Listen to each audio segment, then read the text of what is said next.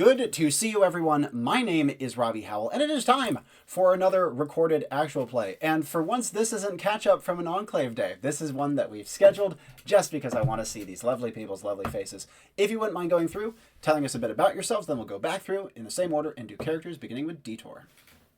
Hello, my name is David Torres, also known as Detour, and I'm a big fan of Enclave.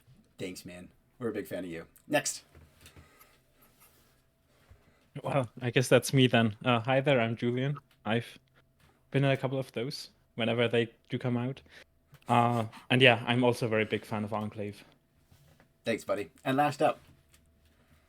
And I'm Alex, also known as Captain. Been playing Enclave for many years and hoping for many more. Likewise. And next, let's go back through the same order and discuss your characters in brief. Fire away, Detour.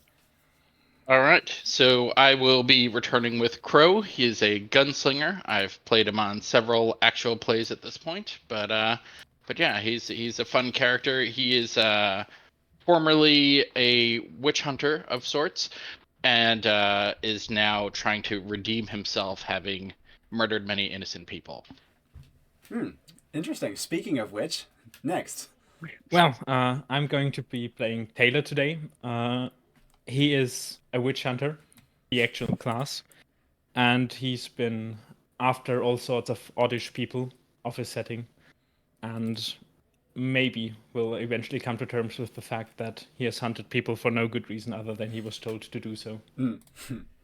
Marvelous. And lastly.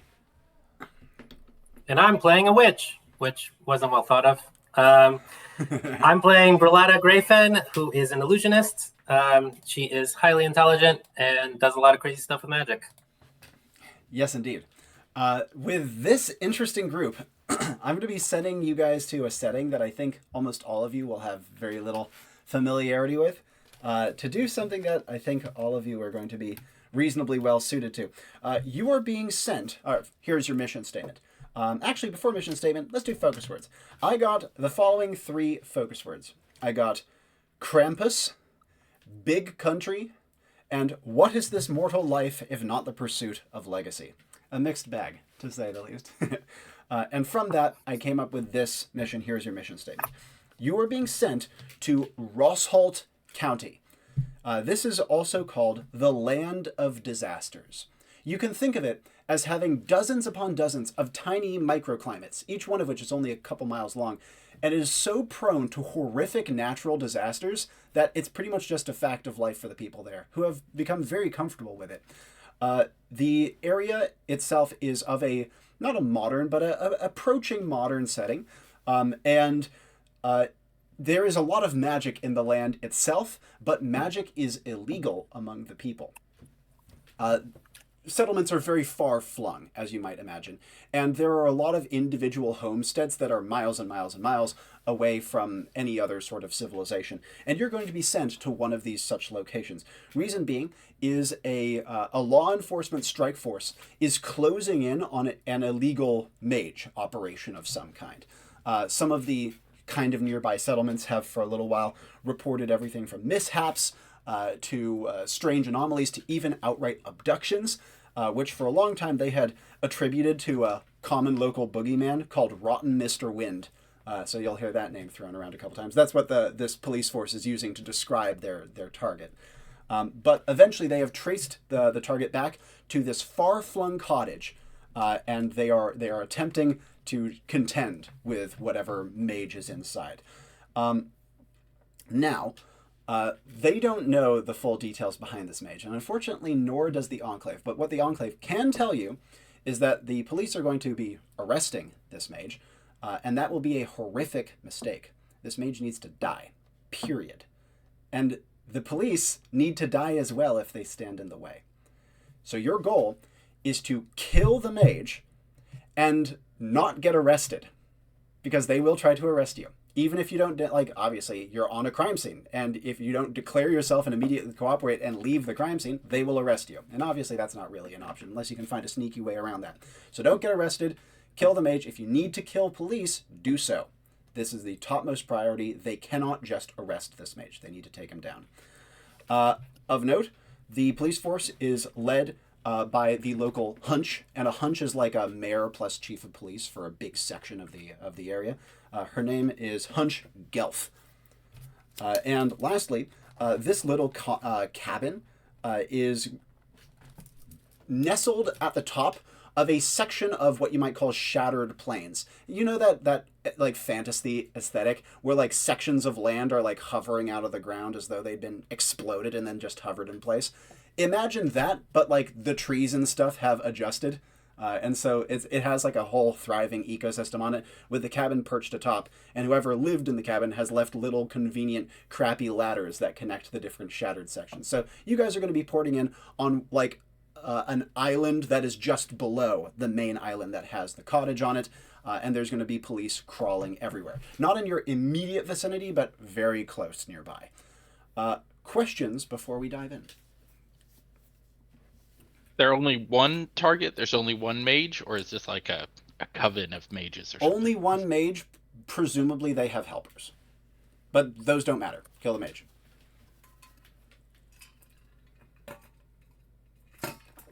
Other questions? Nice. That's a good statement then. Do we have any other civilians around? And what was the name of this place again? The name of the country is called Rosshalt. Rosshalt County. Rosshalt. Yep. There are no other known innocents. Maybe there's something. Maybe some of the people that have presumed to be abducted are somewhere in the house. Not clear. Other questions? Okay. What kind of what kind of your mic's all wacky. Ah. There you go. What kind of magic is this mage known for? The police have not yet revealed that, but given that the locals have attributed its activities to a boogeyman affiliated with wind, that's probably a good starting point. Right. Any other questions, or are we good to dive in? You mentioned tech level was relatively modern, right? Yep. Could we expect that helpers might have firearms? You should expect firearms, if nothing else, from the police. Though the police do have some other, like, adjacent technology that's not realistic, but kind of comports with the general tech level. Think of them like weird 1920s rural. In that case, I say we dive in to assembly. Your characters convening in Enclave HQ in one of its beautiful standard issue meeting rooms, colored only in shades of gray.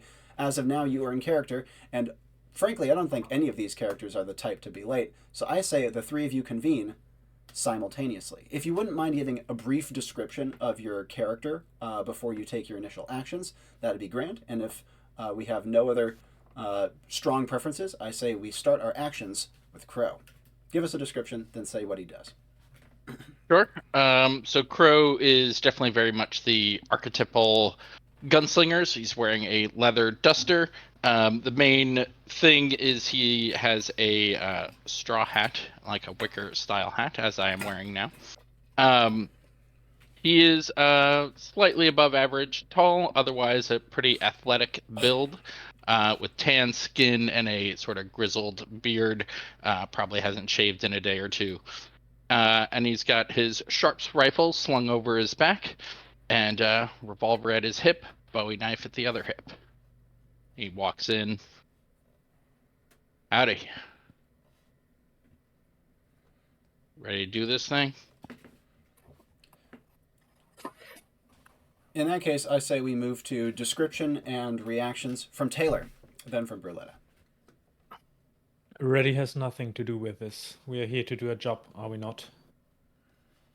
As Rightly so. Taylor himself is a very small kind of man.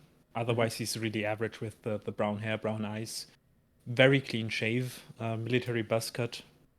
Mm-hmm. And he's wearing a very heavy coat the cut and the design of it seem really ancient, but there are very many modern patterns in the cloth itself. Mm-hmm. Responses from Crow before we move over to Bruletta. He just said, rightly so. And Bruletta, input from you after a description. So Bruletta looks like kind of court lady of the medieval times. She's got her wizard hat is skinned as a conical hennin, those kind of spiky lady hats. She's waving her fan, which is made out of feathers, colorful feathers, I might add. And she's got flowing brown hair, striking gray eyes, and she's actually a bit of a 5'10" with some bell-sleeved dress and a new light seafoam mantle that she has on. But anyway, she would be waving her fan and saying, well, I didn't know I was to be a contract killer, but the company does seem to fit. Pleasure to be acquainted. She kind of hops out of her chair and walks over to whoever looks to be most, I don't know, maybe Crow seems to be a little bit more open. Yeah. So I walk over and hold out my hand and say, Bruletta Grayfen. Pleasure, I'm sure. Call me Crow. And to be clear, I don't plan on killing very many innocent folk if it can be avoided. Well, Kill a good the contract mage killer and get kills out of only there. one. The one that it's One shot, fought one for. kill. Good. I'd like to not get my hands dirty, so one can do the shooting. You can leave the killing to me if it need be. Any input or actions from Taylor doing this, or is he merely observing? Well, if we are off the introductions, you may refer to me as Officer Kane or Mr. Kane if it be. All right. Mr. Kane. I do love to see if he does have a cane. I don't think he does. I don't think he does. Not yet. It will happen someday. And any other notes or actions from the group at this point? In that case, as this final line is said, the door would slide gently open and an Enclave attendant, anonymous and smartly dressed, would beckon you to follow.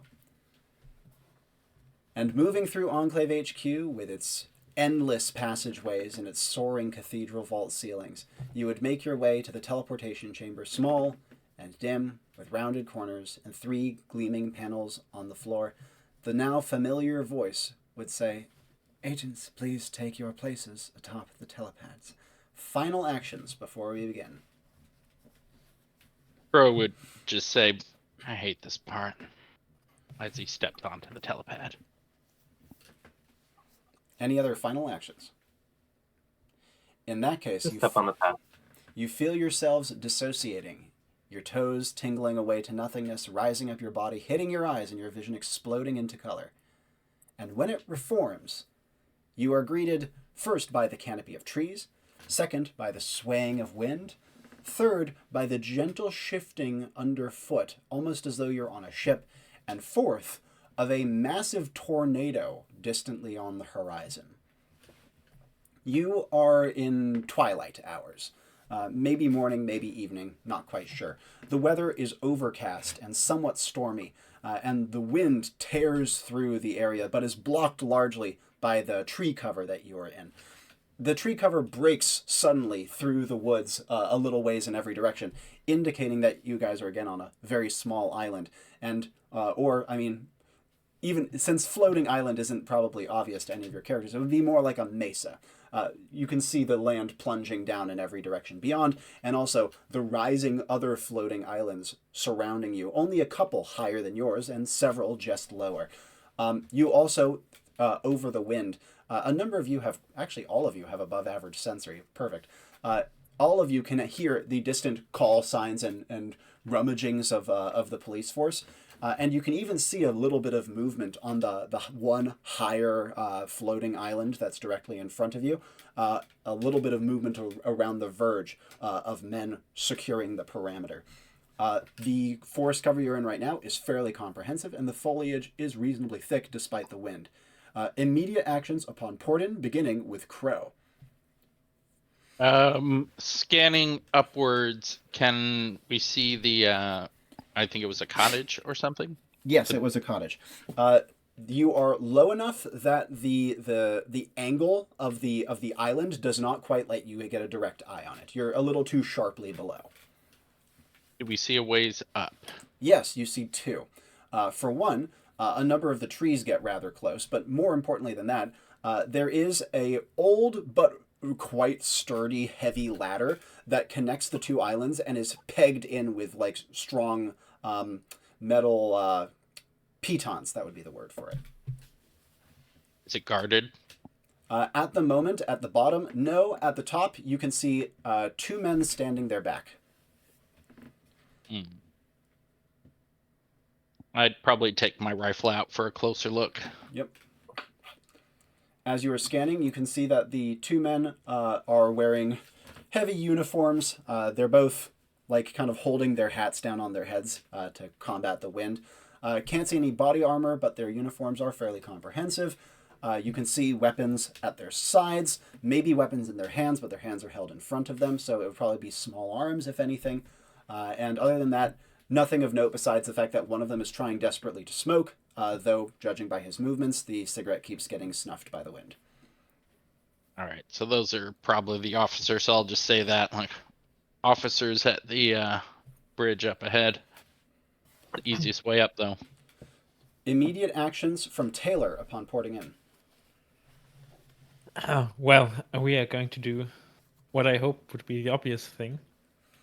And we were told that the wind or the heavy weather is believed to be of witchcraft origin, or at least of wizard origin, because those people blame the mage we are supposed to kill for it. So I think it would. I should also note that this environment is known for incredibly violent changes in weather, but this mage definitely has affiliations with wind. So I'm going to try to figure out whether or not we're doing the right thing anyway, if we're not very sure if this is magic in the first place. And so Taylor is going to take a very deep breath. Yeah. Waiting for a few seconds, and then he would like to smell for wind magic, if that's enough of a type. Yeah. Yes. And as he inhales deeply, he gets something of an unusual noseful here. This is wind magic, but it is relatively subtle.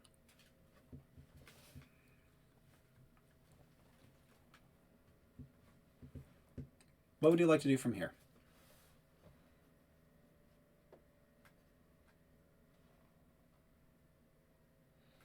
So, yeah, there's wind magic. It's very faint, and there's nothing interesting of sourcing it close by. Yeah. Yeah, I'm just gonna. Is our Crow and Bruletta still next to him? Roughly speaking. Or did yes. Crow? Yeah. I think our target should be up ahead, guessing from the distance. Doesn't seem like they are doing much to the winds right now. Seems odd, but apparently they are not that. They don't need to assert that big of an influence on this. Immediate actions from Bruletta upon porting in. All right, so based on the report that we got, was I able to get a description of how the police look like, just based from my abilities? Oh, I see. You know what? Yeah, I think it would make sense for the Enclave to have given you a basic dossier of some images, including of their hunch, like the lady in charge, as well as what the officers' basic uniforms would look like.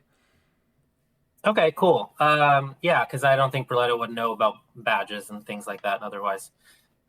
So I think I will go over to the two gentlemen here with me, and I will say, well, time's wasting. Why don't we use this and get us moving forward? So I tap both their chests, and as I tap, I use a manifestation to create a little like badge-like eye symbol on their chests or on their jackets, or whatever seems to be most appropriate.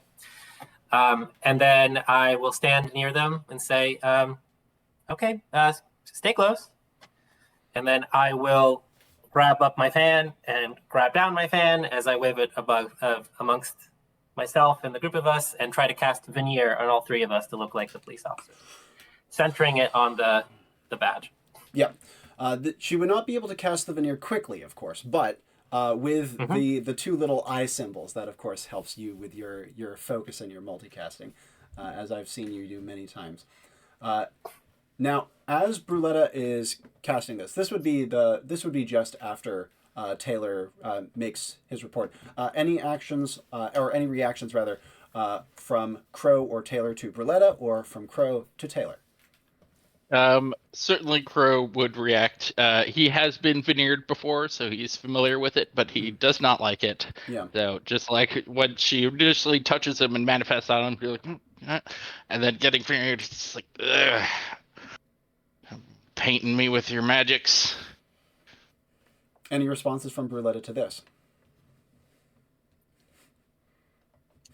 Just waving my head, I guess. Shaking my head a little bit. And Taylor, any responses from you to Bruletta? I shall think of this as a hologram in order to not perform any unnecessary deeds today. Well, it is indeed quite hollow. Now, as Bruletta creates the uniforms, fortunately, both Crow and Taylor's actual outfits are very close to what the uniforms already look like. They both have long coats and hats. Bruletta's requires a little bit more extrapolation. She does have a dress, which is somewhat comparable to a long coat. No hat, but maybe it blew away. And so even though this I got my hand in hat. No, that's a fair point, actually. Yeah, it's kind of an odd shape, but maybe you can have like a non-regulation one. And so even though the veneer is a rather complicated one, it is actually able to sit very comfortably because of how good of a canvas it is going off of. As such, after about 10-15 seconds, Bruletta's veneer has completed, and the three of you have incredibly authentic-looking police uniform replicas. Well, suppose this will get us in. I should note that both Taylor and Crow would notice how unfitting Bruletta stands inside of a police uniform. She doesn't have any of the poise of a police officer and is instead retaining her normal courtly demeanor, her straight back, no hunch, no trudging, nothing of the nature. But besides that complete lack of swag, any other actions that you guys would like to take from here? Let's go to Crow. I say we head on up, try and get as close as we can to this cottage while keeping these police befuddled and out of our way. Taylor, Bruletta? After you. Seems like a plan. I will open up my tome and I will try to stick behind them like someone was taking notes. Yeah. And Crow, are you going to proceed up the ladder? Yep. Just sling my rifle once again and start strolling up. It's awkward to climb, but it's very, very sturdy, even with the islands gently shifting underfoot. Climbing the ladder not only gives you a rather vertiginous drop down below, though Crow, I think, would be pretty immune to such things, but it also would show off the absolute splendor of this area. Despite it being terrifying and full of natural disasters, there is something rather beautiful to it. It's a very wild and untamed place, despite having the very faint comb-over of civilization plastered atop it. As you start to proceed up, Taylor, are you going to be following right behind Crow or waiting for the moment?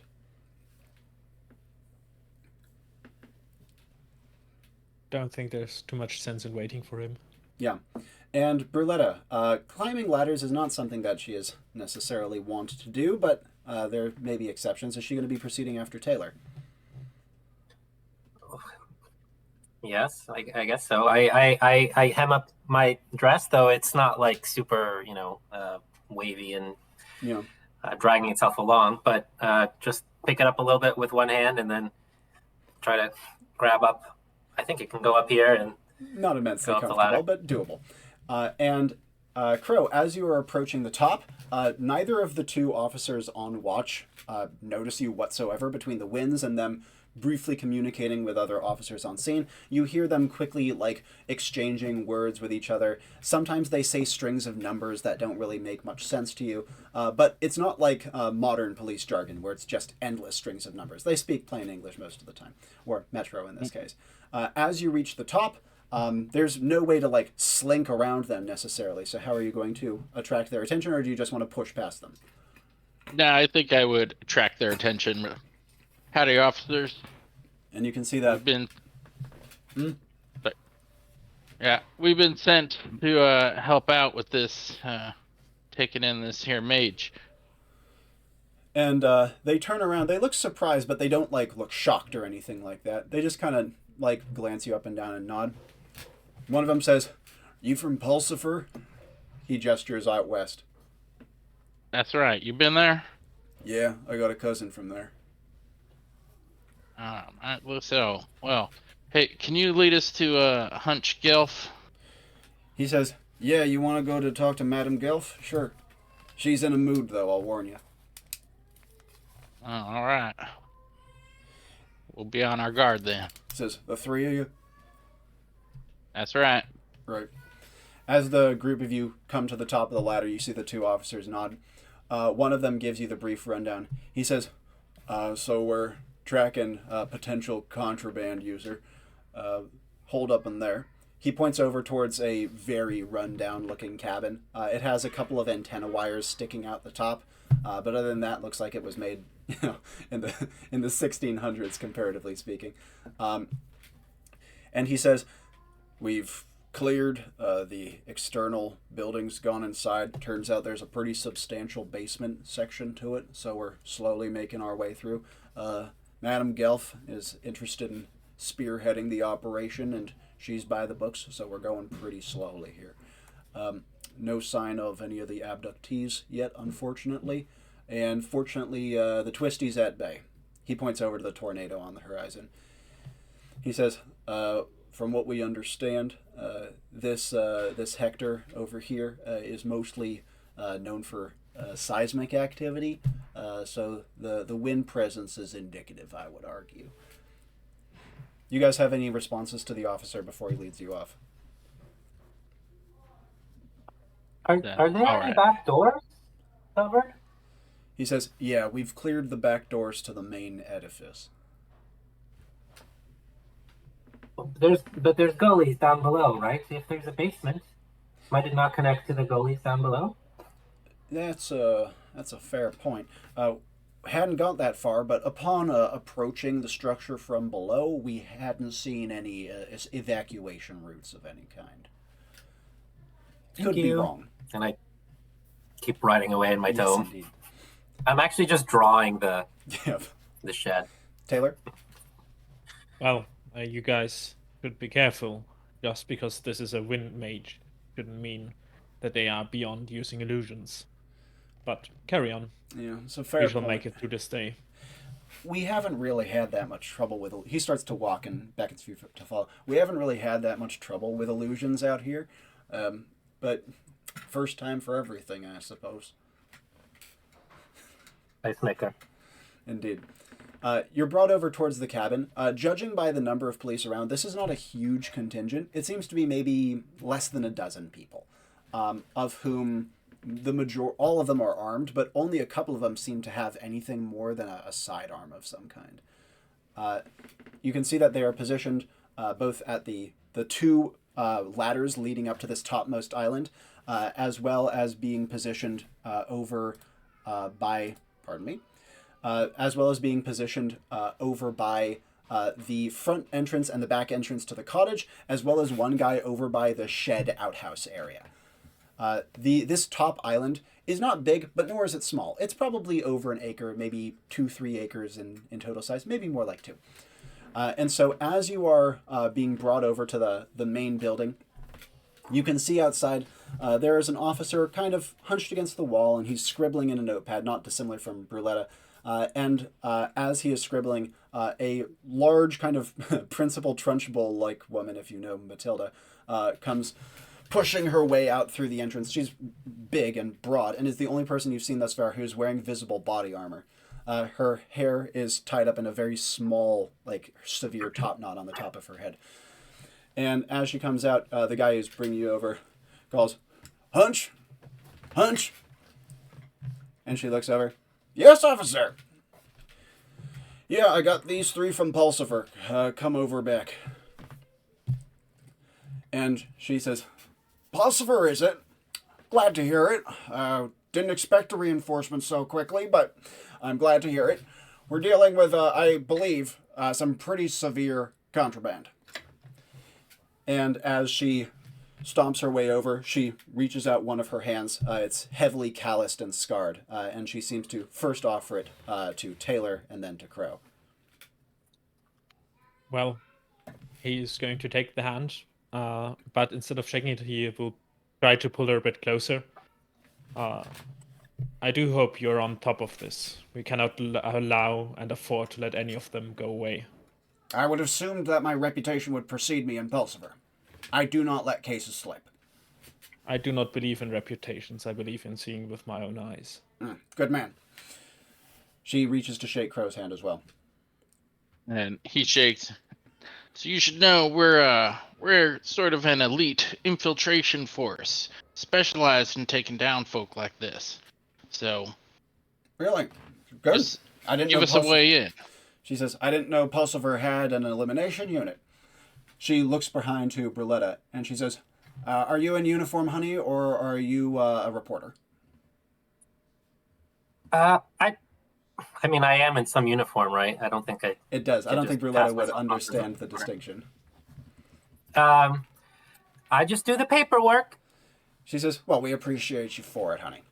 And then she looks around to Crow and Taylor, and she says, "If you're an elite elimination unit, then I need you right now." She says, "We are at a bit of a loss. I am 95% sure that this cottage has more than the eye can see, and yet my eyes can't yet see it." She gives a sniff and says, "If you want me to pull my boys out and you can take a crack at it, then we can afford you 5 minutes before we have to do something a little more drastic." Well, we might need a little bit more time than that, but I think we ought to take a look. All right, maybe 10. And she says, "And you can refer to me as Hunch Gelf, by the way. No need for madam or any of that." All right, Hunch Gill.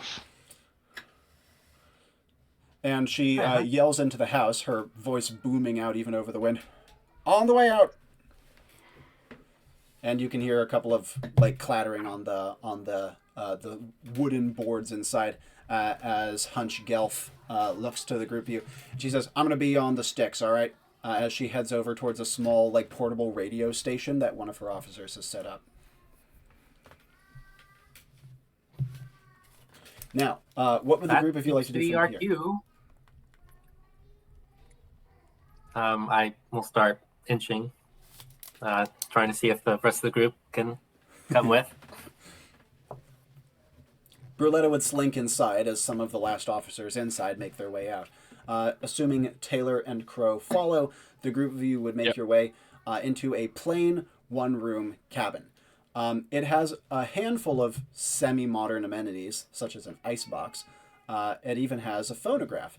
But it also has a lot of very not modern amenities. It's lit by, the whole thing is warmed by just a single fire. There's a single bedroll on the ground, and the entire thing is rather disheveled and filthy.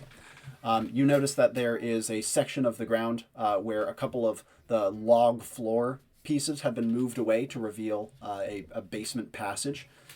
There's one last officer who's currently climbing his way up and out of a small ladder there. Anything that you guys want to do in the main room of this cabin? So what specific furniture are we talking about? Are there wardrobes? There Is there are a no... bed? Maybe a bedside chest or table or stuff like that? Yes. So there is no wardrobe, but there is a small clothing chest on the ground next to the bedroll. The bedroll is sectioned on a slightly elevated part of the floor. Besides that, the only other things you could call furniture are the fireplace, I guess, if you want to go that far. And the icebox. Yeah, the icebox. There's a couple of small, like, handmade-looking shelves where, like, an old cloak was pinned up, for example. But beyond that, the only other thing even resembling a piece of furniture is a table that is mostly just a gigantic slab of wood that's been kind of haphazardly, like, shoved into the wall. And you can see that on the table, there seems to be evidence of food preparation, like maybe some old meat stains and like odds and ends from vegetables and things like that. But it looks like it hasn't been used in a little while. All right. So there's still one officer besides the three of us in the room. Yes, currently making his way out. Then Taylor's just gonna walk over to the clothing chest and gonna burrow through it and check what's inside. Yep. As you do so, the officer says, just a note, gentlemen, we haven't yet taken full inventory of yon chest yet. I mean, we've looked through, but we haven't written it down yet. So if you wouldn't mind not moving anything too far, that would be grand. Everything is going to stay inside. Unless we find something obviously contraband, we are going to burn it straight away. Of course. As We is haven't, procedure. but maybe you'll find something. He goes sauntering out of the building. Officer. What can we expect down there? He says, a lot more space than you might think. It's strange how much space there is down there, and there's a lot of odd stuff. You know, He shakes his head and says, it's almost like they're taunting us, you know? Like, there's a bunch of weird scrawlings on the walls and stuff. It's textbook, you know? It's textbook contraband. I feel like they've read too many novels, you know? He shakes his hand wildly and says, our sniffers didn't detect anything on it, though. All right. Actions from Crow and Bruletta while Taylor is rifling through the trunk. Revolver drawn, double check the ammo. Yep. And then start heading down. Yep, absolutely. Crow's natural swiftness makes going down a ladder carefully with revolver out pretty much child's play for him. And Bruletta, actions for you. Whistle drawn. Wait till the officer leaves the room. Yep. And then blow. And it takes a little longer than usual, given the storm. But eventually, a beautiful dragonfly whizzes in through the window. All right. And then I will look down the hole and more ladders. And then go down the ladder. As she goes down, Taylor, making your way through the chest. Quick things first. Can you confirm sensory and intelligence stats? 1 on sensory, baseline on intelligence. Nice. Second of all, is there anything in particular you are looking for in the chest, or are you just looking for a basic inventory and see if anything is very blatantly wrong? Rather, if Taylor's usually looking for if something is missing, like there's like just one sock, or if there's no trousers, just upper body wear, stuff like that. Yep, absolutely. The trunk is not in great condition, and neither are the clothes inside. It doesn't look like they've been washed in a while. But they're past the point of smelling like a person, and more to the point of just smelling like must, you know? And looking through, a couple things you note. First of all, there's a lot of like long cloth wrappings. Second of all, there are like undergarments, you know, like leggings and stuff like that, as well as like long socks and long gloves. Not any like coats or trousers or anything more substantial like that. So it seems mostly to be underwear and similar garments. Last thing that you would note is that in addition to like the wrappings and the undergarments, there seems to be quite a few shorter bands of cloth that look almost like kerchiefs. There's more of those than any other garment in here. Well, I'm gonna pick one up Yeah. and stash it in my pocket. Absolutely. The kerchiefs that you notice, the folding pattern on them seems to indicate that they were like made into a band, almost the shape of a tie or a belt, rather than only being folded in half, such that there's one big point up. All right. And then we are going to make our way down. as well. Yep, absolutely. Crow is the first down. The basement area is extraordinarily dark, but again, fortunately, you all have at least above average sensory, and I believe Crow's is quite high. What's his? 2. 2, and Bruletta's is 2? 2. Yeah, 2. Nice. In that case, as he makes his way into the basement area, 2 things. First of all, earthen walls, but they are remarkably well sculpted earthen walls, and they seem to be rather stable. There are also like wooden buttresses along the walls to help prevent cave-ins. What's the word I'm looking for in mine shafts and stuff? You know what I'm talking about. Bracing. Oh. Yeah. And you can see that as you as you enter the room, it's not a perfect square. It's kind of oblong shaped. And there are a couple of deeper... How would I describe it? There's a couple of like deeper pockets in the room that look kind of charred. Maybe like there was fire or there's like old ashes or something chucked in them. The walls are absolutely covered in scrawled symbols, many of which look like they were done in blood, some scratched in, all sorts. And on top of that, the room itself has junk all over the floor. Everything from old metal implements, lots of pieces of clothing, including many colorful pieces of clothing that look like they were washed not super recently, but more recently, as well as like little, how to describe this? Imagine a fire you hadn't yet lit, you know, like a campfire where you like stack sticks together into a little cairn. That, but not just made of sticks. Some little cairns of stones, some little cairns of like tools and household items. Strange collections of things. What dominates the wall markings, by the way, is a picture of kind of an odd triangle-looking thing. That kind of looks like this, like a chevron, if that makes sense. Actions you'd like to take from here, Crow. Well, y'all make anything of this? Bruletta would be the next one down, as she's like halfway down the ladder. Did you say pockets with the things with the fire? Yeah, like little like divots in the floor. But like against the walls or on the ground itself? On the ground itself. Okay. There are 1 or 2 pockets in the walls too, but these seem smaller and don't have much stuff in them. I think we're looking for either some earth casting or illusions. I will kind of step around the room, but by this point, I think our third member will arrive. Yeah, Taylor's not far behind Bruletta. Any other actions from Crow in response to Bruletta or otherwise?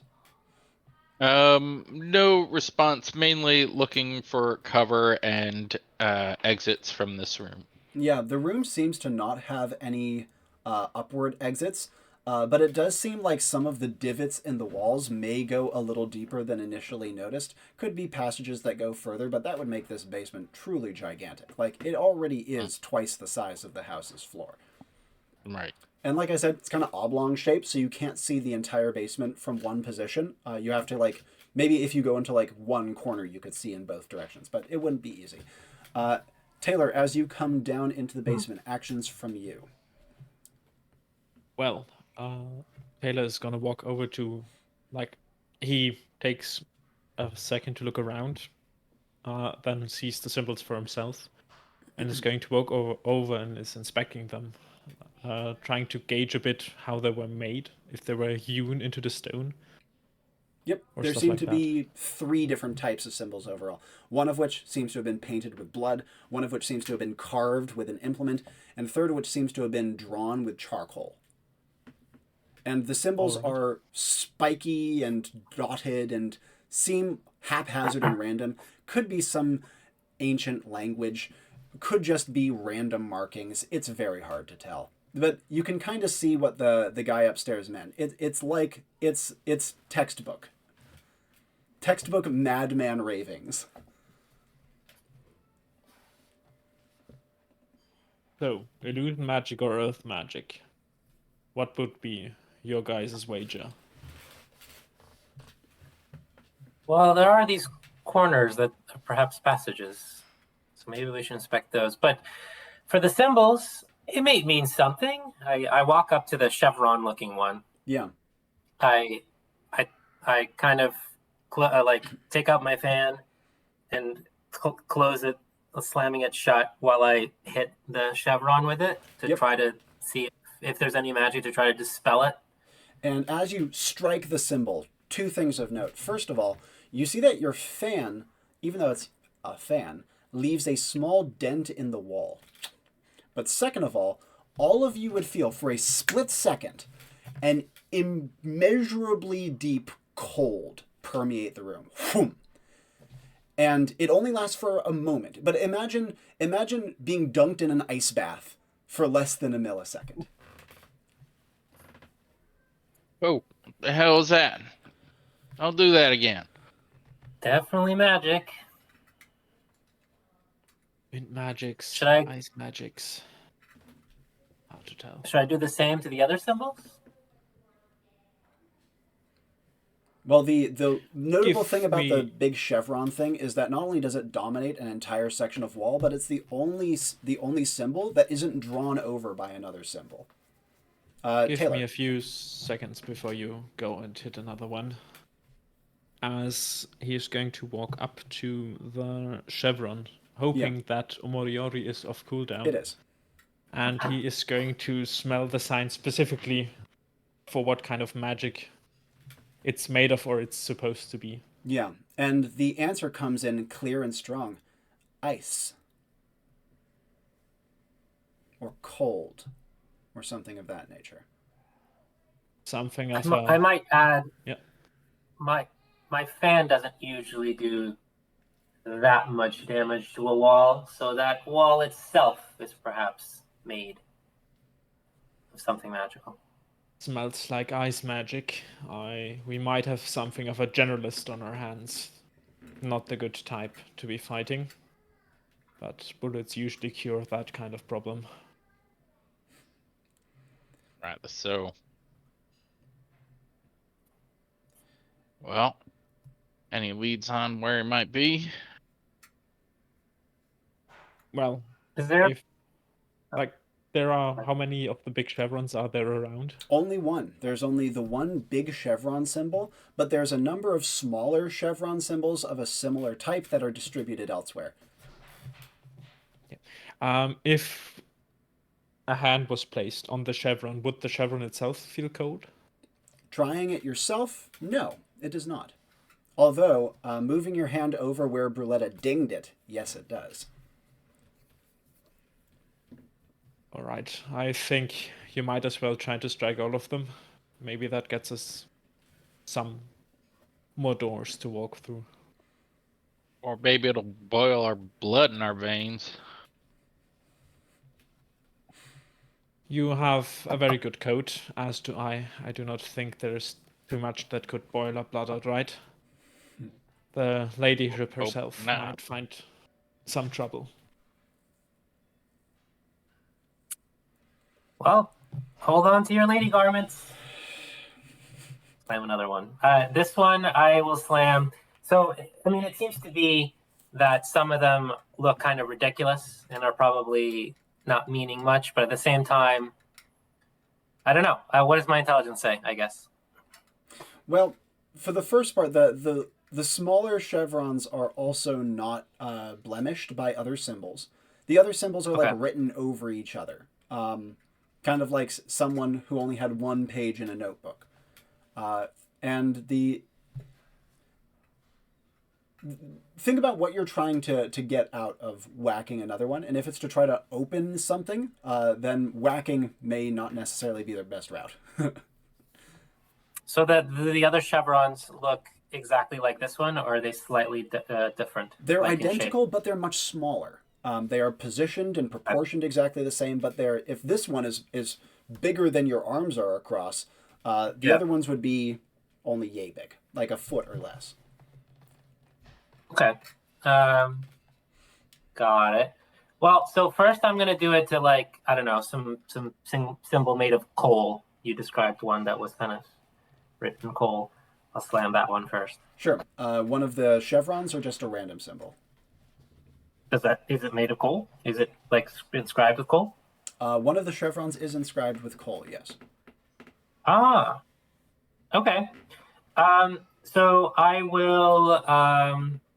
I'll kind of like with my other hand. I'll kind of like hold on to my to my chest, and I'm just gonna kind of brace myself for. I don't know. I'm probably gonna get a burst of heat or something, like putting my head in an oven. So that's what I'm expecting at this point. So I'm gonna slam my fan and then gonna just close my eyes for a second. Bruletta closing her eyes means that she can't see it, but the other two can. The room, again, just for the tiniest moment, fills with a thick, dreary mist. Not dissimilar to a cloud of suspicion, but of a different hue and quality. The mist is white and is more gossamer and permeable, and then vanishes immediately. Bruletta, with her eyes closed, would feel nothing but a faint moisture on her face. Oh, well, that one was much more pleasant than I expected. Actions and follow-ups from Crow and then Taylor. I think Crow, not really wanting much part with what's going on here, is going to start like heading not too far, but like a little bit deeper down to see, because you mentioned it's oblong, so you can't see all the way. So I'm going to like start heading down that way, keeping to cover where possible. Yep, absolutely. And this would mostly be kind of hugging the wall and going between refuse piles. But as you, and I should note, it smells disgusting in here. The whole place, it smells like burned blood, plus accumulated filth and mildew. And as you make your way kind of around to the farthest kind of pocket of the room, there would be two other things that you would notice. One being that you see that there's another wall-sized chevron mark. And second of all, you can see that on the ground, there is a funny-looking, I guess for want of a better term, a shrine. But it's kind of a ludicrous-looking shrine, because imagine a shrine that was built around like a mall display mannequin that has been decorated with clothing. You know what I mean? It's like a ladies' mall display mannequin that has been placed upon a little like stone slab and seems to have had offerings and clothes draped on it and put around it. It's been beautifully decorated. It has tons of jewelry on it.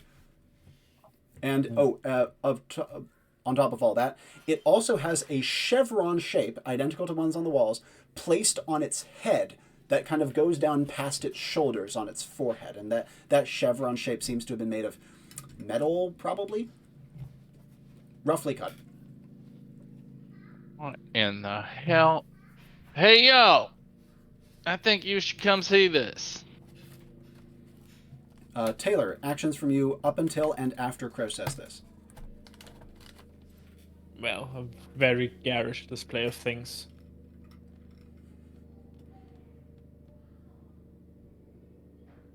A chevron. Shrine of some kind of goddess or something? Are both of the big chevrons made in the same way? Yes, they are.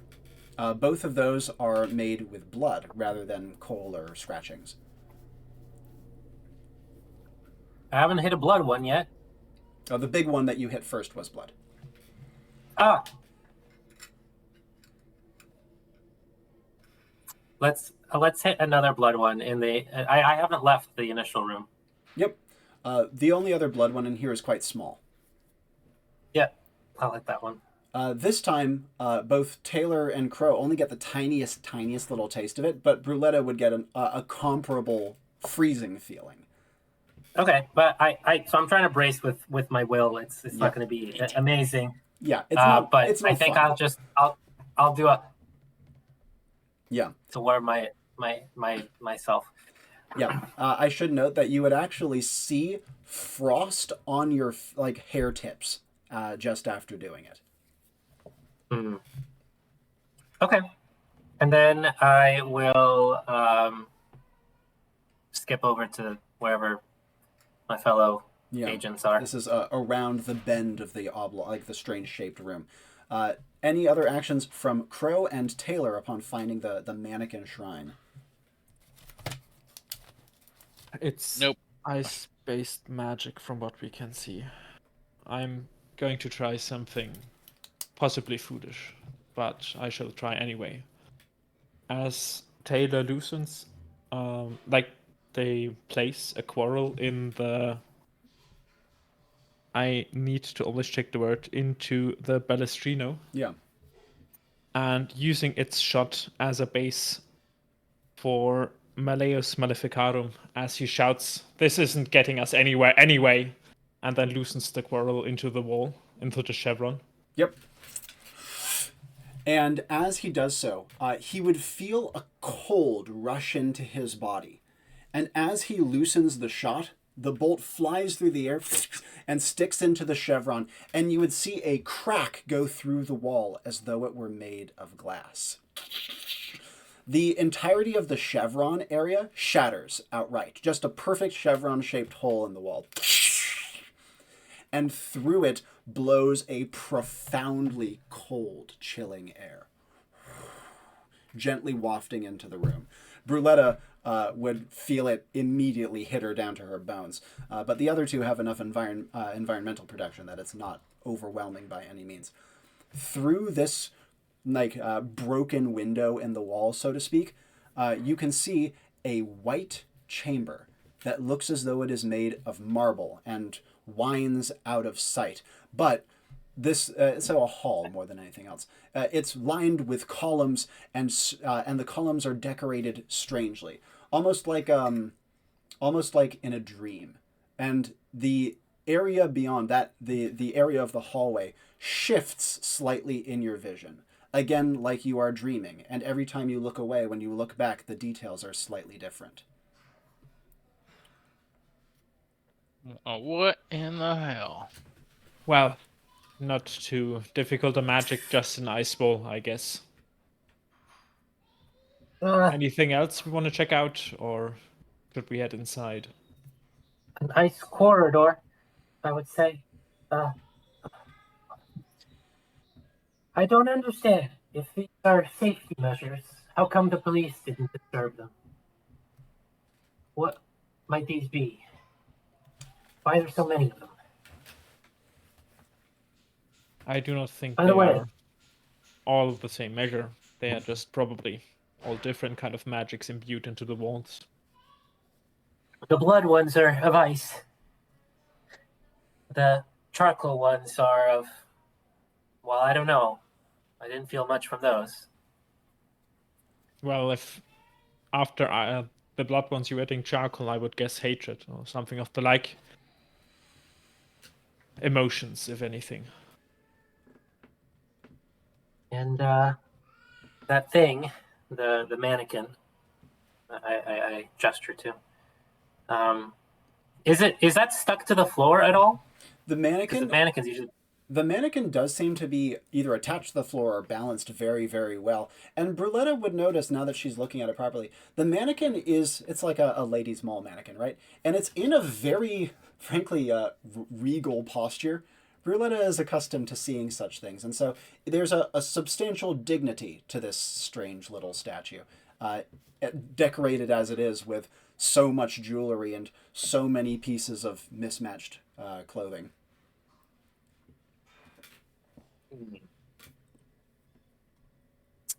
Okay.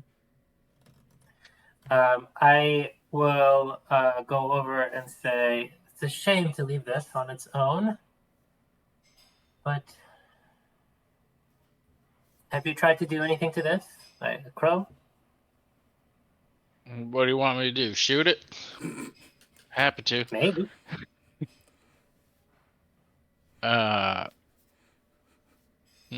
Does that actually seem like a good idea? Well, if you, I mean, if you like. I'm going to leave the room as you take out your gun, but You would notice Bruletta slinking away. That does not inspire confidence. I've had enough cold. It's not made of blood, I don't think. It's not gonna be cold. Why do I feel like I'm gonna Taylor's regret this? Give me a second. Maybe let's check what it's made of first before you shoot it. All right. Very well. And then he's gonna very investigatively place some fingers on it, trying to figure out what it's made of. Well, you first feel the hard, old-timey plastic of its mannequin body. You feel the cloth, of course. Are you... On the surface, seems to just be made of mannequin. Are you going to try to like go further, look into the cracks in its limbs, so that sort of thing? Well, if it's a mannequin, I'm going to just take the hand off, or try to take the hand off. Yeah, absolutely. And as you go to pop the hand off, you find that it holds much tighter than a mannequin should. You even jiggling it a little bit, it doesn't move at all. Though you would also notice in so doing, because you're kind of like holding the mannequin's body, this thing's heavy as hell. Ooh, just a moment. I skip over. Can I take one of the... It has necklaces, right? Yeah, it does. Something jewelry. It has a lot of jewelry. Can I take a necklace with like a big gem that I could draw on? Yeah, absolutely. Okay. All right. Carry on. And then I go away from the room because I don't want to deal with whatever coal that's going to come out of there. Yeah. Are you going to be going all the way upstairs to the cabin, or just to the far ladder side of this chamber? No, in fact, what I'm going to do is I'm going to put this necklace on, and then I'm going to draw on it through manifestation, I guess. Yeah. An upside down chevron. Yeah. And then I'm going to hold the gem, and I'm going to manifest that the gem warms me up. And you do feel warmth coursing from it. Great. And maybe, yeah, this is fine. While we're at this, if you don't intend to investigate the statue, there's another problem that's going to come our way. I think the hunch above is expecting us to call in of a sort, and we are not. Then should we send someone in 10 minutes, right? About. Well, maybe in 5, and in 10 minutes I think they're going to torch this place, so... Well, should we just head on through this wall? I think the mannequin is probably going to come back and haunt us, because it's not coming apart and it's really heavy. Why don't you be a deer and shoot it in the head? And I start moving towards the hallway. Yep. Taylor is going to pick his hands up, trying to scooch to the wall. Yeah. Maybe brace into his coat quite a bit. And Crow, where are you shooting it, and what with?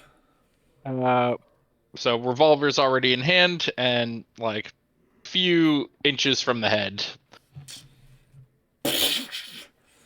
The shot blasts through the mannequin's head, rips out the back, earrings go everywhere, as do a couple, like a hat on its head, go flying off. Or its big chevron crown thing. That goes flying everywhere, and it leaves a big exit wound on the far side. You notice that it sent out a great spray of snow all over the wall when you shot it. And the moment after you shoot it, the mannequin's hand moves to the wound, touches it, and then it falls limp and collapses to the floor.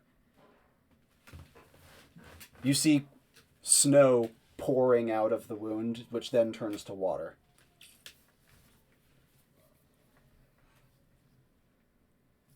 Well, that was weird. I would say so. Didn't seem to do much protecting for a god statue. Anyway, Did not. I guess leaves the corridor forward. That, as Taylor turns around, is probably warped again and changed. Yes, it's different looking than when you last saw it.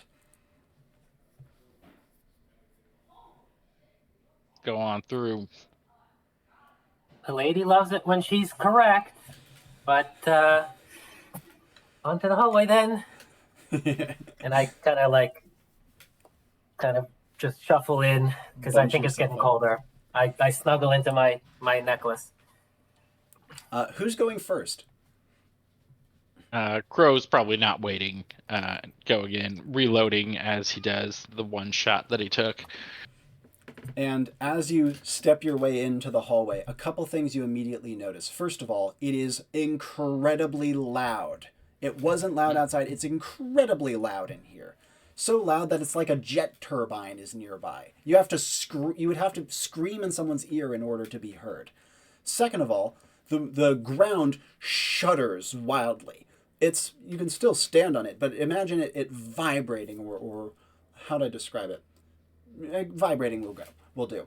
And second of all, the hallway seems to bend up and out of sight. But the columns that I described, the ones that are all decorated strangely and shifting slightly differently, each of those columns, as you enter, seems to like turn to look at you as you enter, though they do not have eyes or faces. What? No. No. Taylor, are you stepping in next? I think Taylor has enough spirit to notice that the lady seems a bit on edge and scared, so he will try to usher in and follow behind to assure her that nothing's going to happen. Well, after you, I can protect you better that way. Bruletta, will you step in? Yeah. And Bruletta would too be subjected to the sudden screeching noise, roaring, rushing noise, and the vibrating. And she also would be much more than Crow subject to how freaking cold it is in here. It's as though, imagine wind chill with no wind. Well, chivalry isn't dead, but the cold is. And you can see that your little warmth medallion is enough to help your hands, but not really the rest of you. Taylor, will you be stepping in as well? Yeah. You too would be subject to it. The shaking, the noise, the strange shifting hallway, the columns that turn, the staircases, and looking at the ground, the staircase of it's like long, very broad, low stairs that slowly lead up. The staircase moves kind of like the ocean, and steps vanish and reappear whenever you're not looking.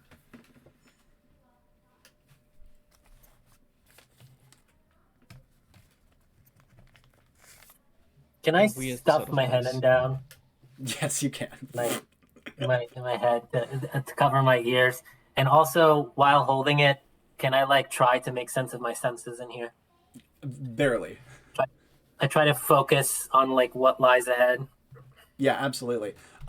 Madness and chaos, to summarize. Taylor, an odd sort of place indeed. Do you have any follow-ups before I jump over to Crow? Not really. And in that case, Crow, actions from you. Probably remark on the pillars, although I believe they won't be able to hear me, Mike. I don't feel like you're being watched. Crow's voice at a yell comes through thin to both of you because you guys are standing right next to each other and all have good sensory, so you'd barely be able to make him out. I'm used to it. Like I'm being watched. Do you feel like you're being watched? All the time. There are things that are watching, I can tell you. Walls Even have beyond ears. This miserable place. Well, let's get it on, man. Yeah, is Crow having some trouble moving ahead, or what's happening? I'm gonna start trying to like. Yeah. As you trudge forward, you find your footing is uneven and shaky, but you aren't being pushed away by any strange force of any kind. And keeping an eye on the pillars. Keep an eye on the pillars. Bruletta, what did you say? You said there's noise. Is there wind in here? No, there is not. Okay. Just feels like there that's is. what I was trying to. Yeah, I was trying to clarify. I will look over to my shoulder where the dragonfly is resting, and I will say. As you look to your shoulder, you notice that the dragonfly's wings have curled, and it has died on the spot. It's actually more than a little unnerving. Just stepping through that strange portal in the wall has killed it. I pick it up and I first hold it to my necklace Yeah. to see if it warms it up, but I think it's already dead, so that's not going to work. And then I place it in my tome. And I'll hold it still open for now. Yeah. Are you going to try to follow Crow? Yeah, I'm going to try to follow Crow. I'm going to push forward. I'm going to try to, I'm letting, I forgot your witch hunter's name. Sorry, Taylor. Julian. Taylor, that's right. I'm going to let, Taylor, do the brunt of it, if there was wind, there isn't, but maybe if there's cold coming from a direction, then if I'm kind of, behind him to the side, I might get a little bit less of it. And I'm going to try to draw, an upside down, large, detailed upside down chevron in my tome on the same page in preparation. Yeah. Taylor, are you going to be proceeding alongside Crow? And what else would you like to be doing? Well, before we proceed, Taylor will spin around and take a look back to see if the room they came from is still there. The room is visible. But, is it, regular visible if you're wording it that way, or is it? It's visible through the chevron, a perfect window into a far smellier and nastier, but more normal place. Well, way back seems still there, so let's carry on then. He just says to himself at exactly that volume I just said it at. And as the group of you make your way up your ungainly way up the shifting odd staircases, with the columns turning and looking, you can see between the columns, looking out beyond, is open, beautiful sky, with soaring mountains of clouds and crystal blue ceiling beyond. It is a breathtaking sight, dappled with sunlight from an unseen sun, and playing with prismatic colors. But as you wind up still further, the ground trembling beneath your feet, other things would come to you. For example, you would all be steadily overwhelmed with an increasing feeling of vertigo, like the looking over a cliff that's very, very tall. You would feel at sometimes your eyes would be drawn to the great sky between the columns, and it would overwhelm your head with kind of swirling, clouding feelings and turn your legs to jelly. This would not be substantial. To someone without your all levels of magic protection, this would be far, far worse. And typically speaking, it would be Taylor and Crow who would feel it least, and Bruletta would feel a little more, but not that much more. Last thing of note, you would find the smell has become more noticeable. Imagine a smell like sweet ozone. It's peculiar and has an almost intoxicating quality to it. You feel yourselves taking deeper and deeper breaths, even though that may also be because the air is thinner here. But as you climb, between some of the columns up ahead, you can see the winding passage starting to open up to some degree. Though, of course, the passage, while it has a ceiling and a floor, it doesn't have walls. The columns have continued to shift and move. The staircases shift and move. Sometimes it looks like the floor is looking at you. Sometimes like the ceiling is looking at you. Sometimes like the beautiful icy chandelier-like patterns that decorate it with gleaming light. Those are looking at you. This whole place feels alive. Creepy. Well, is it a place that's alive, or is it just something that looks like a place that is alive? Is there a difference? Many times. A big one, but we shall find out soon enough. And any other actions from Bruletta? Well, we've burst forward into this mage's magic, and now they know we're coming. I just hope we're getting somewhere. I look back, like the opening that we came through is farther away as we It's out of sight travel now. through. Yeah. Okay. And based on how we saw the plane before, not that I got like a good, entire perspective on the whole plane, but would perceivably look like that we're still on the same plane, like with this much traveling. You would be, but the environment around you looks completely different. Yes, there's the sky, of course, and the Rosshalt County had its heavy weather, but the air quality, the sky, your distance from the ground, which you cannot see anymore, all of those are dramatically, markedly different. Yeah, I mean, for Bruletta, she's an illusionist, so she's kind of perceiving this as some sort of altered, like image to the actual environment, because there's no conceptual way that I can think of why there would be sky and columns here, right? So that's kind of why, like, for me, it's not taking as much of a mental toll. Mm-hmm. But I wish I could have sent this. Could have sent someone out ahead. I'm just gonna keep trudging through and let Crow take the lead. It's at this point that you guys would notice the noise slowly starting to die down, and up ahead, the winding column, the winding hallway with its column, the colonnade, you could say, opens out onto a circular plaza that is suspended in midair.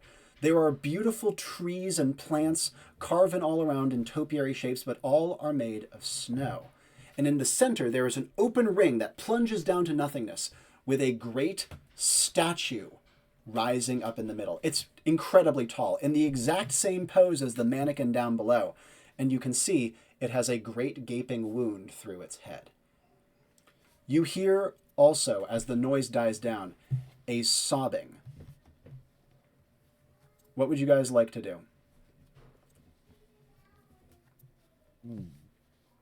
Taylor is gonna reach out his hand and grab the air as if it were something to hold. Yeah. And he's gonna say, "You're not gonna hide forever!" As he will try to use that to release a cloud of suspicion in this area. And as you do so, you can see immediately the beautiful quality of the air shifts, and gray mist starts to roll in. As you reach out with your hand, you can see almost like a visual glitch in a computer, in a video. The air kind of congeals next to you into the form of a white-robed man, shuddering and heaving with sobs. Oh. You can see that the man's forehead has that chevron symbol on it, but the symbol is open, as though you could see through his head, and beyond there is only open sky, as though his brain had been replaced with perfect blue. This got created where exactly? Where Taylor grasped at the air. And so he is at the... You guys are at the very end of this long, winding colonnade, looking out over this plaza with the statue rising up through a hole in its center.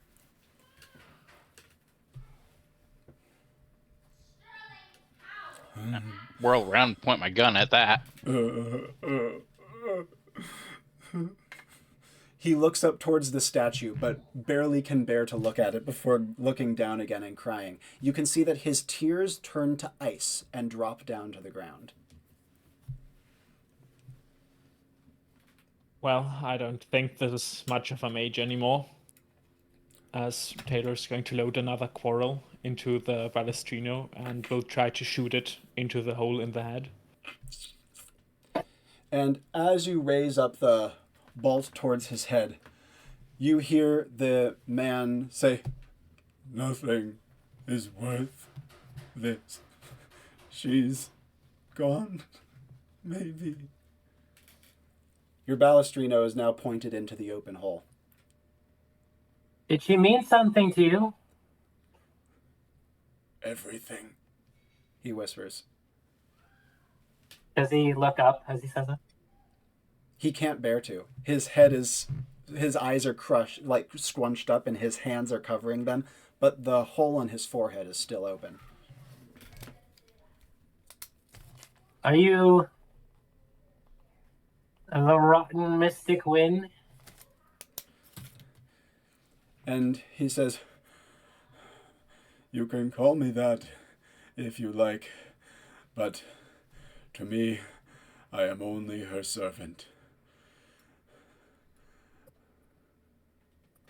Is she the origin of these winds then, or are you? I hope it is me. I hope it is she. She has maybe given me the right. Maybe. And I hope she was not revoke it. He looks up and you hear him whisper, "Mistress, please, please, I did not know. I did not know they would do that to you." The statue doesn't move or do anything. It just stands there yawning in great midair. Do what? He looks up towards her as the gray mist starts to swallow up the scene around you guys. And he just kind of shakes his head wildly and he says, "I've not given enough. I've not been enough. Not for you." He swoons as he looks up towards the statue with the great hole in its head. Almost mirroring his, but rough and brutal.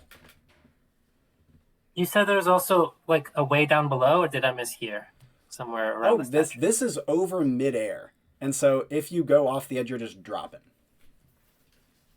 Okay, so we're on a sort of platform, and then it's just like a complete drop. It seems around like this. And endless this is sky. like the cul-de-sac, or the end of this path that Precisely. we were on. Okay, got it. All right. I look back and I say, Taylor, would you be a deer and shoot it in the head? Since this is the moment he had been waiting for, he just loosens the quarrel into the hole. There's the twang of the balestrino, and the bolt vanishes into the man's head. And with it, too, his eyes shoot open wildly. And you can see that his pupils vanish, replaced by crystal white. Wait. Viewpoint. Oh, God. Are you going... Well, as you are activating the viewpoint, something else very substantial, very, very substantial happens. Imagine two major things happening simultaneously. One, imagine the entire world around you retracting back towards the way you came in, as though you're all being flung back down the staircase, and the staircase follows with it, and the sky follows with it, and everything is vacuumed back up into that hole that you guys came through, the chevron-shaped hole. And at the same time, the man vanishes as the mist from Taylor's cloud goes like vacuuming up into the hole in his forehead as well. So the world around you is even more chaotic and mad as you are all flung bodily back out into the dirty chamber where you entered. And you would be literally bodily flung. So you'd go like tumbling across the floor. This would also completely dispel the veneers of the uniforms on you. It would also send some of your gear flying and obviously leave you disheveled and covered in filth as you've been tossed across the floor. Immediately you would notice that the place where the chevron window was is gone. There's no chevron symbol. It is just clear, blank, unadulterated wall. And the mannequin, where she was crumpled on the floor, is also gone, replaced with a puddle of a puddle of cold water and a bunch of old clothes. You would also, as you're coming to your senses with all of that noise playing in your ears, would hear thumping on the trapdoor above. Thumping. "Hello? Come in, Pulsifer crew! Hello?" Now, this was obviously insanely disorienting. And so it would take multiple seconds for you guys to come to your senses. The first one to do so would likely be Taylor. Well, and he's going to take down his hat. Observing the badge. Doesn't look like we're quite done yet. No ping. Oh. I have a very bad suspicion. I do hope it won't come true, but he was talking about a woman, yes. And we met how many women up there? That was the statue. Statue, yes, but Up. I don't think that would be considered much of a woman. What, the hunch? Well, and a few of the officers, There were a couple. but I think that's our best bet yet. Let's play it cool for now, I guess. Try to get up there and figure this out from up there. Well, we don't look the same as we did. I could try making one of you to go up there to talk to them. You hear the thumping Maybe. louder still, and you hear the hunch's We can't voice all go. booming down. Pulsifer crew, report in now, immediately, or we're entering. Well, you may try, but I think we best play our cards differently now, as What? Taylor's going to. Hi there! I just say out because I'm worried that they're gonna just burst through. Bruletta shouts up, Taylor's going to place one of the quarrels inside of one of his vials, Yeah. the infuriation one, and is gonna yes. cover it and prepare it in his Balestrino. Yep. And Crow, actions from you as you're coming back to your senses. Gear check. Rifle is off shoulder. Or I You need find that. it under a pile of rags. Yeah. All right. Remember, don't kill the cops if we don't have to. Nothing I have will ever kill a man outright. I'm just there to get them dead. And Bruletta, as you call this out, you hear her voice scream back, "Immediate report! We need to know what's going on in there!" All right. I'll try to keep my voice together, and though I have abilities to make myself trustworthy, I think I need to be seen, so that's not going to really help. Sorry, just a moment. We got struck by the magic of some crying man, but we're all okay now. Confirmed. These You have symbols- confirmed contraband. You've been affected by it. Is that true? Yes. We have destroyed it as is duty. Do you need curative attention? No, do not believe so. This room is booby trapped up the wazoo. Give us a moment. She says, "You have a short moment. We need to confirm some other details with your crew. Immediately." Who wants to go up there to speak to them? Should I? Well, if I will try to place the squirrel on one of them, it's not gonna damage them in any meaningful way, but it might give us some distraction in the least. All right. Carl, Taylor, who's going up there? Do I have Sounds to like he's I got have a to plan. Think draws? of the three of us, it should be me. All right. I cast over my fan over him, and now it should be much faster to deal with Veneer, the police officer again. Yep. The secondary. I don't know if veneer. his badge is gone. I guess that's probably gone too. So I will actually place my hand, my left hand, on your chest as I wave down my fan, because I still want to have that eye badge on you. And with the veneer reestablished, is Taylor going to proceed up the ladder? Yeah, cool. As you make your way to the top, you hear opening as the hatches is opened up and the logs are pulled aside. And coming up, you are greeted not by gun barrels, but by police with weapons drawn, though not aimed. You can see that the hunch, rather than using a gun, is wielding a pair of massive knuckle dusters that make her already large fists look twice as large. Taylor is gonna try with his 2 to skill to look as if he is fumbling up that ladder. Yeah. And trying to reach out his Balestrino arm in order to get some help. Yeah. And as you do so, an officer reaches down to take you. Yeah. I'm going to try to use that moment to place the quarrel in his hand. Yeah. And you can see that he takes your hand, hauls you up, and then you see him do like a little one of these. Well, what can I do you for? The hunch looks to you, her face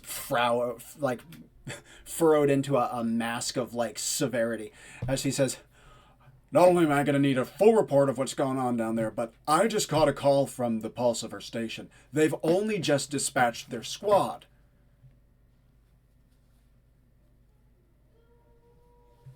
Well, trying to confirm his suspicion, Taylor's going to take a very deep breath and is trying to smell for wind magic again. It's strong now. So is it close enough that I get the rough direction of a source, or? You do, but the direction is not directly in front of you. It's a little behind and to the right, out of the building. She's still looking daggers deep into you. She says, "Would you care to tell me what's going on?" If you ask, I cannot tell you, and if you were to ever find out, we would need to bring you someplace where you could never tell anybody. And she doesn't raise hands, but she gets up in your face, and she growls at you, "I don't much care for the powers that be muscling in on my territory, young man." And we do not care much for reputation, but you better believe what you have heard. We will take a few seconds to gather our things and be outside. We have dealt with the wizard, and you may claim it as your prize. He's gone. That's all the prize I need. Should I call Pulsiver Station, tell him to stand down? Well, yes. Although I would like to see a few of my friends again from time to time. Right. But then you hear a call from outside. "Medical! I need medical!" And they go on sudden alert. She barks an order at her troops, 2 of which stay with you, and the others, including her, go rushing outside.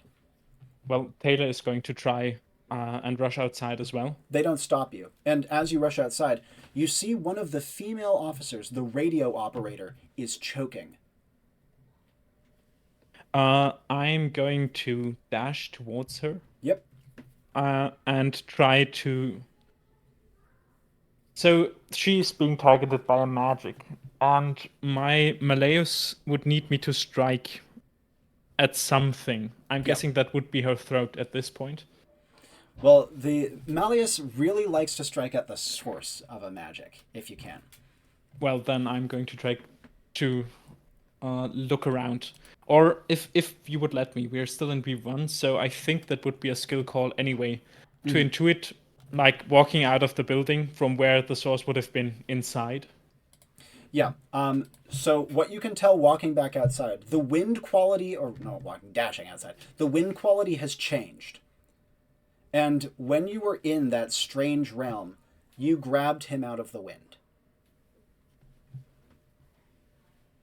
Well, then I'm going to try and quickly fix the quarrel with the different potion, the one of drowsiness. Yeah. Load it into the Balestrino and try to nonchalantly wave up as I shoot it in the direction I'm guessing, as not to point too much to the fact that I've got an old-timey useless weapon instead of a gun on me. Are you going to be using this to activate Malleus, or are you just going to try to shoot the wind and see if you can get him? I'm going to try Malleus first. Absolutely. We are supposed to help the officers. What's going to be your paired action here?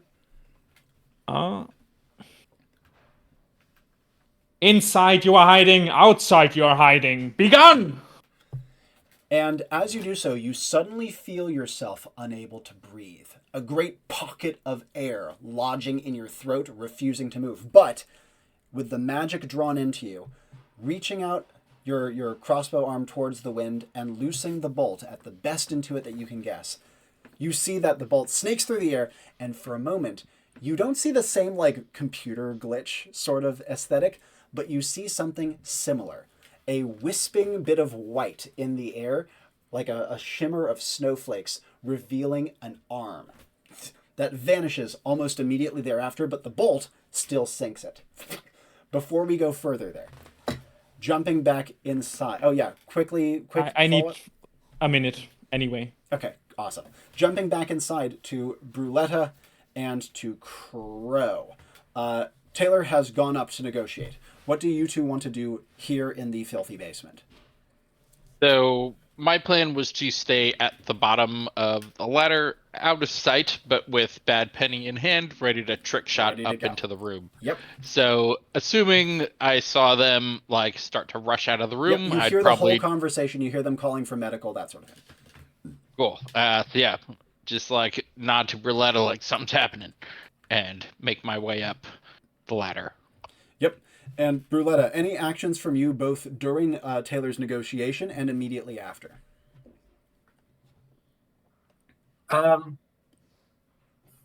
His body, his essence must be somewhere.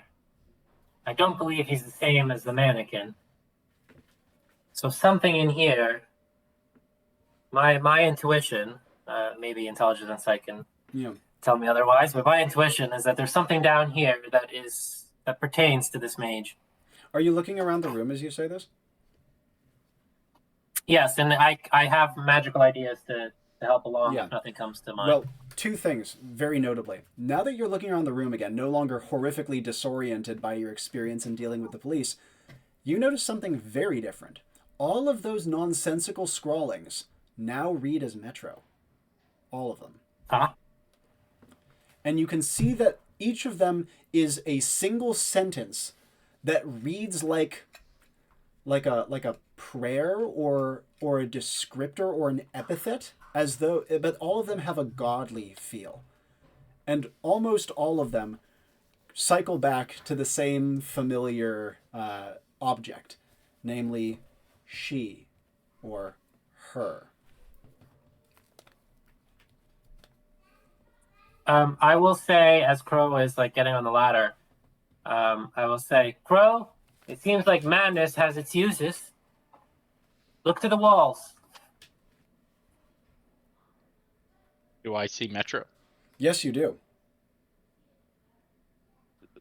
And I mean, we're when mad he or now. her, always been a bit mad, but more than usual, yes. Right. Well, you make sense of it? Yeah. Do you want me to give you a few of these? I actually have these ready. Yeah. For example, one of the most prominent ones is, she is the sideways glance that stops the heart.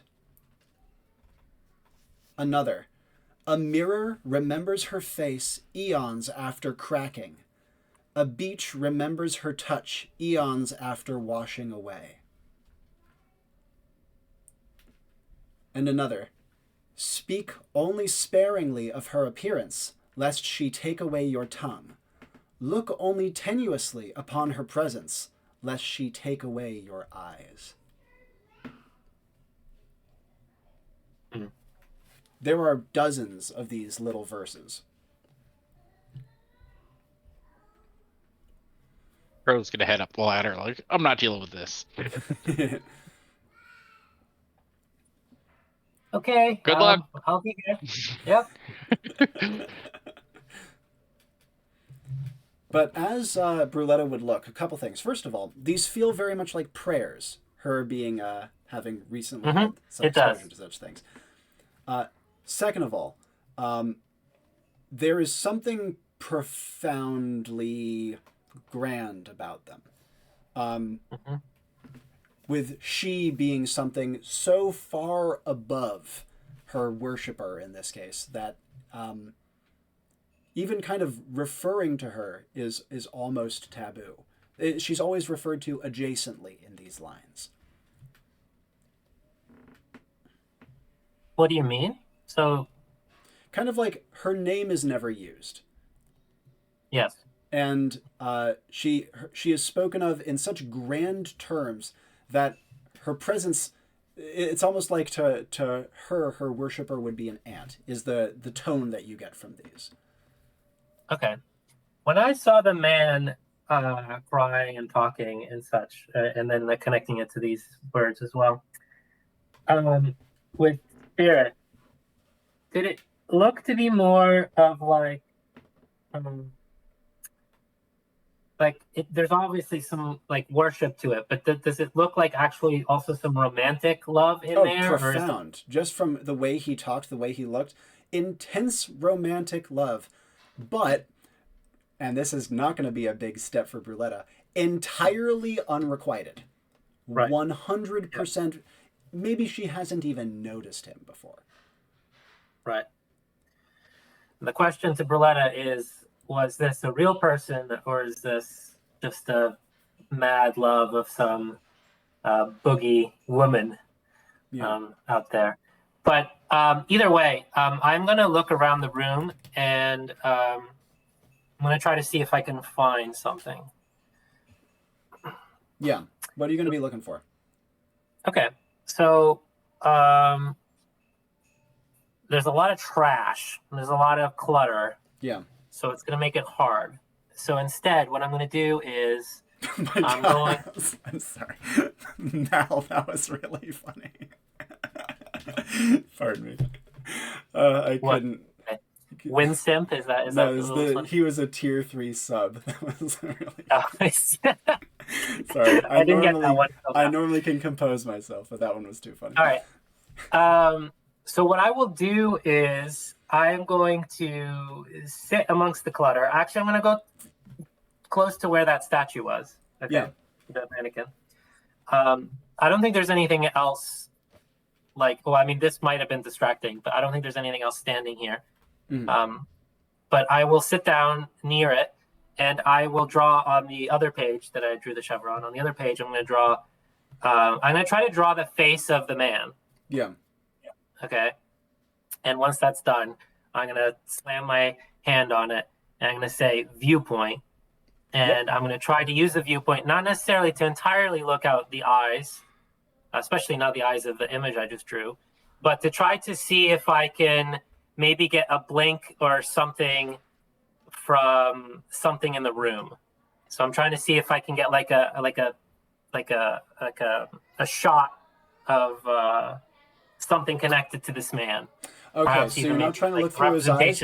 You're trying to find like his telltale traces and presence within this room to some degree. Yeah, because my theory is that there might be something that has his essence in here.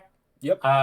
And so I'm trying to, maybe I get like a vision of that object, or maybe I get to look out that object. But that's the kind of thing that Here's what I would say then. In that case, on your drawing, because you would have included his chevron mark. Yeah.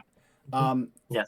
When you use this pretty intense energy work, the chevron mark in your drawing would just for a moment open up into a window of blue sky, like you saw in the strange realm that you entered, and then it would go back to your page. Okay. So maybe not anything in this room then. Does it look like anything in this room is of that color? Well, there's a lot of chevron marks in this room. Yes, there are. Some are blood, some are charcoal. Yep. Are there any? Scratchings. Some are scratchings. Any like deep carved into the wall? Into the wall. Is she gonna hunt around for a little bit? Yeah, I guess so. Yeah, I want you to think about where you are hunting for, and if you can find any unusual places, because none of the wall ones are really grabbing you here. Before more than that, though, I want to jump over to Crow. You have whipped up the ladder, and up to the top, you can see the officer outside with people looking around trying to cover her, who looks like she's being treated and looks like she is choking. She's getting blue in the face. And you can see you come out just as Taylor offside announces something to the wind, and you see him flick out a shot off into the wind, and following it with your eyes, you can see the little wisp of like white snow that appears in the wind, shaped like an arm, that then vanishes. Look for something to shoot. Not seeing anything. This woman, she's still choking though, so. You can see or that. Is she like regaining her breath? You can see that she suddenly gasps, and you can hear a cry go up from the people who are trying to help her, who help lay her down against the ground. But you also would see two other things from your position inside of the cottage. One, remember that twister from earlier? That's much closer. Much closer, and it's approaching. Second thing of note is, remember the radio operation station? It has been bent in half, and you're not sure why. It's like a little ways off to the side. No police are directly around it right now because there's so much action going on. Third thing is that the police officers are now trying to go for cover. They were out in the open trying to help the choking woman, but now they're trying to move her quickly over into the shelter of some of the trees on this topmost island, and a couple are rushing back indoors. What would Crow like to do from here? And what is Taylor Kane doing? Let's hear from him. What would you like to do? I have ripped your friend or fan or what have you from the skies, and I will do so with you too. Go yourself. Draw it out. I'll shoot be it. done with it. And as you announce this out to the sky, you can see two things. One, you see a little line of faint gray smoke from around where you shot it. And upon looking at it further, you see it's actually your cloud of suspicion leading away. The quarrel is the quarrel still visible? The quarrel is no longer still visible, right. But the faint trace of your cloud of suspicion plays through the air like a jet stream. You do then hear, after another moment, a voice whisper in your ear. A familiar voice, I should note. The voice of the man. No, you just ripped me away from her. Just me. Help me then, and she will be united with you soon. Liar! Just talking into wind. I have not a habit of lying, but it's not gonna matter anyway. Crow, come over here. There's something to shoot. Yep. And rushing forward. As you rush out of the house, the officers are in so much turmoil right now that they don't even stop to question Crow's appearance. And as you go moving out into the sky, Crow would also see from the twister that dominates the skyline something much more noticeable. He sees, you know how twisters pick up shit and chuck it everywhere, right? Imagine something thrown by the twister, a misshapen form, that then suddenly sprouts wings and flies. What in the hell is that? Just take a couple of pot shots at it. And pot shots with revolver or sharps? Revolver, yeah. Yep. You don't see any movement or change in trajectory from it. Either you didn't hit or it wasn't hurt. But as you reach Taylor's side, Taylor, actions from you? Well, if you're quite done with... There is a wisp of cloud somewhere. That's probably the witch. You want me to shoot clouds? I want you to shoot at what looks like a jet of mist, like the one I had come in earlier. You suddenly feel a rush of cold, as though similar to when Bruletta was testing the things earlier, and you hear a cry from some of the officers. The ones who are outside, who took cover behind a tree, you see have been frozen in place, with ice encasing them and attaching them to the nearby things. They are completely solidified. And you can hear the roar from the hunt from the house as she comes barreling out and goes charging over towards her officers. We see what, did that get fired from somewhere? Maybe the flying thing? If it did, you weren't looking at it. Oh, hell. But you can see the little trace of gray vapor. Though following it clearly was moving fast because it's like a string that's left out the back of a truck. It's just going everywhere at this point. a long, thin maze. Other actions from Taylor and Crow. I'm almost envisioning them back to back, trying to follow this damn line of mist. Yep, I think revolver going away, sharp rifle out, trying to track it for a bit. As you track it for a bit, Taylor would be the first to see it off to the side. A bowing in the air. He doesn't see its origin, but he sees what looks like a pressure wave come whipping out across this top island in the direction of both of you, as well as the cottage in general. What does he want to do? Well, he's going to place his feet firmly on the ground and is going to try to brace against it. Yep. And in this case, Crow would hear it a millisecond before it arrives, just like a rushing boom. Any immediate actions from Crow? It's coming in from his 7 o'clock. This seems like a sort of wind blast or something like that, I'm assuming. Yeah. So I will dive out of the way, using that as my paired action to start a shootout as I'm tracking the cloud. Yep, absolutely. Are you going to try to fire where you can see the line of mist? That you haven't yet found the end, but are you shooting along it, or are you still just trying to track to the end? So trying to track forward. I'm assuming if it's moving, it's trailing. So yep. What I'm shooting at is over, if I see a trail, it's going to be over here. Yep, somewhere. like with a jet stream, the older parts are more wispy, the newer parts are more crisp. Yeah, so aiming slightly ahead, kind of following my shot. As you hit the deck, the wind goes raking over you. Would knock your hat completely awry if it was not more firmly on. And on the other hand, Taylor, braced against the ground is better than nothing. However, you are lifted off your feet and thrown bodily across the open area around the cottage, landing in some of the debris of the trees. Branches crunch under you as you land. You can see that while you were thrown, Gelf was not, instead bracing against the wind with her knuckle dusters up in front of her. And you can see that as the wind continues, she punches into it and actually dispels the pressure wave that was coming towards you with a punch, before rushing back over towards her frozen cops. As Taylor is in position, is he going to be getting back to his feet, or is he going to be remaining low amidst the trees? I think low amidst the trees is a good position to be in. I'm gonna absolutely. ready another quarrel with infuriation. Yep. And from this vantage point, you can also now see, as Crow is back trying to track the tip of the stream, you can see that there is a faint blue light that is building directly over the cottage. Anything that you want to do from here? Going to try to hit the punch, but I think a glowing bright light might be a good target too. Yeah.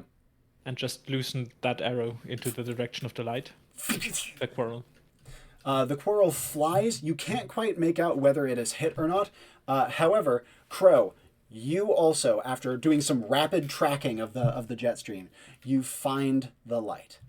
You can see it is at the very end of the stream, and it's quickly glowing and building. Yep. So I was activating a shootout, which has a perk to pierce magical defenses.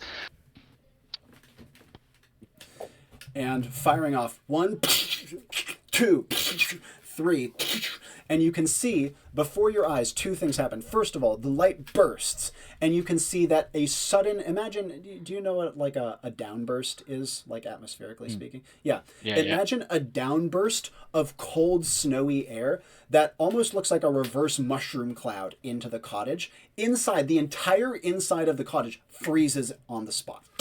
Perfectly. All the officers inside. But second of all, Crow, you catch a bit of it, given that you dived for cover not too far off, and you can feel the ice hit you like a nuclear bomb's blast. And you can feel almost an entire half of your body is frozen in place, with deep rime kind of caked onto your face and your clothes, only stopping you from moving outright because of the protections granted by your clothing. However, you can from here, with your body kind of half frozen solid, you do also see that your 3 shots have landed. Reason being is that what was previously untouchable wind has appeared in 3 big patches. So you can see where the impact is. It's very crisp, and then it's a little more blurry, and then it's crisp, more blurry, that sort of thing. And you can see the shape of the man.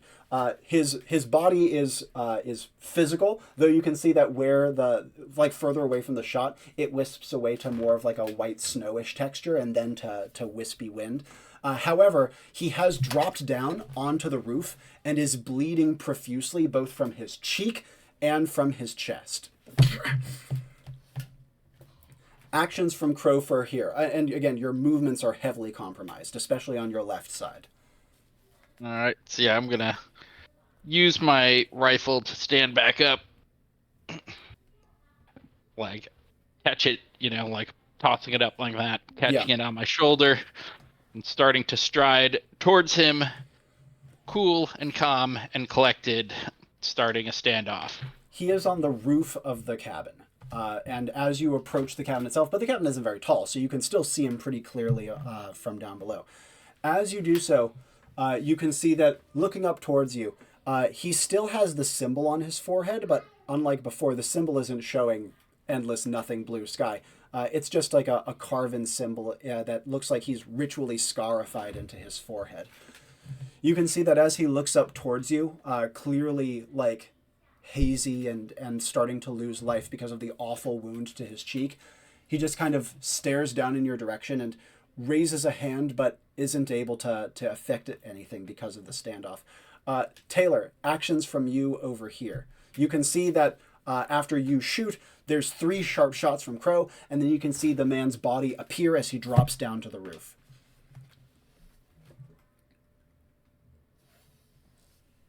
Well, I'm going to stand up as well and follow behind Crow, walking up to the man. Yeah, absolutely.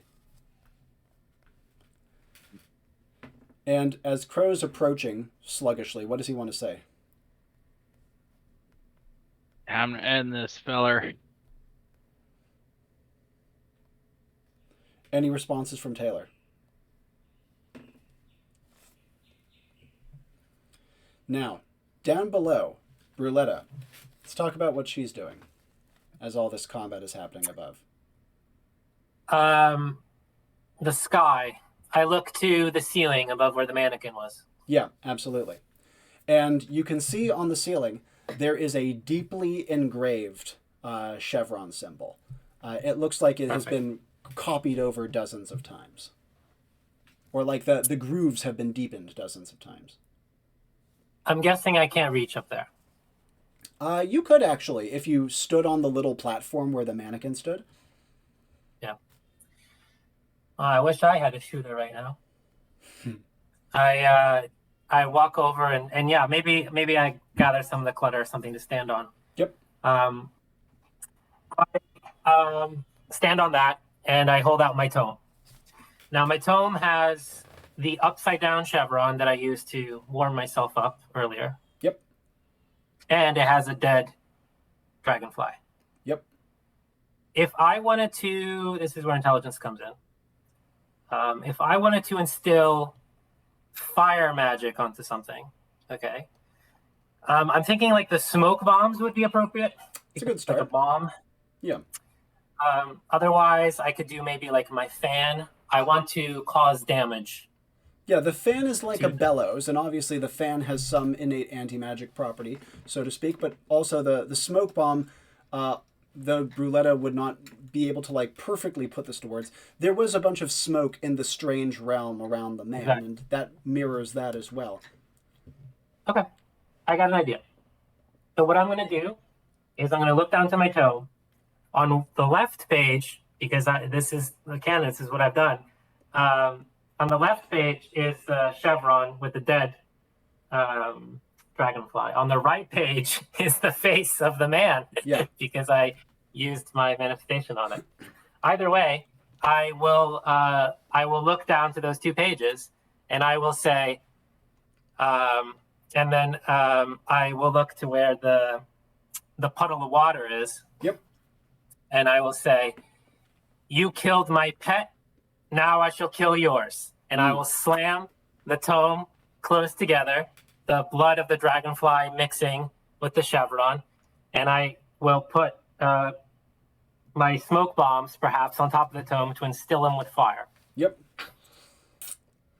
And from here, once the smoke bombs have been embroiled in that, what would you like to do with them? How are you going to bridge the gap to the symbol on the ceiling?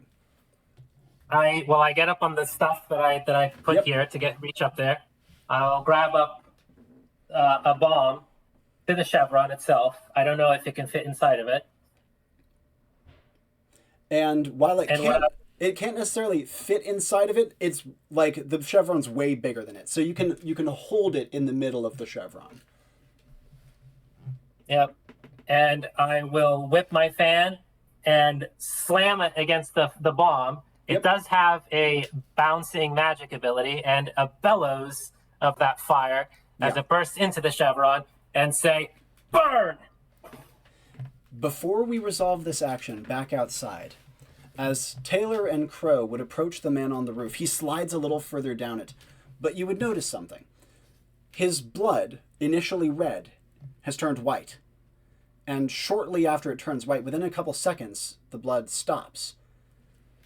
You can see that as he looks up towards you, two things. One, the symbol on his forehead, while it's not open, you can see the cloud of suspicion smoke bleeding from it. Second of all, the awful disfiguring wound across his face is already starting to look a little bit better as he looks towards you and says,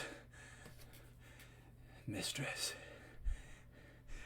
she has not yet forsaken me. Maybe not yet. Not if I stop failing." He frowns and says, "You hold me now. I feel it. But her hands cup around me far more gently, far more thoroughly than yours." And Crow would feel a hook in his soul, like a lurch in his stomach, and he sees ice crystals form in the air as you feel your standoff being slowly dispelled. Actions from the two of you. You can still, of course, speak in things while a standoff is active. And also, Taylor would see both of his darts are still sticking into the man. Just a quick clarification. I do still get to do somewhat hostile actions while they are in shootout, I think. During standoff, if anyone does a hostile action, it can break. All right. So you got to be careful. I'm gonna gently place my approximately very cold hands on his cheek, not trying to cup it, just setting up for a blow, basically. He is at the end he's still of the on the roof. Yeah, so you'd have to... There's garbage around the base of the building, so if you wanted to climb onto the roof, you could do so.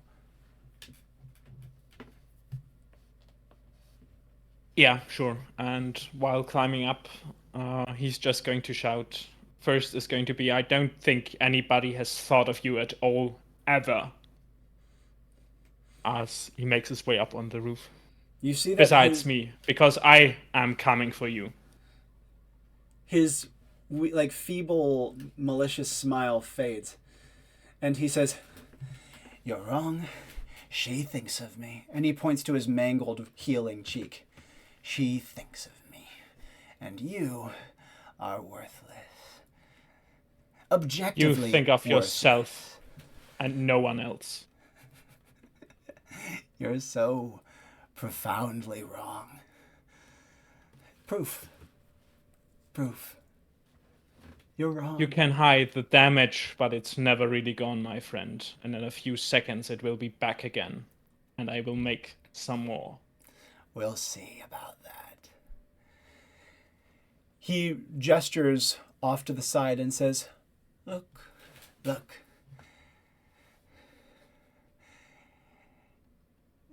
You won't be able to escape from that, will you?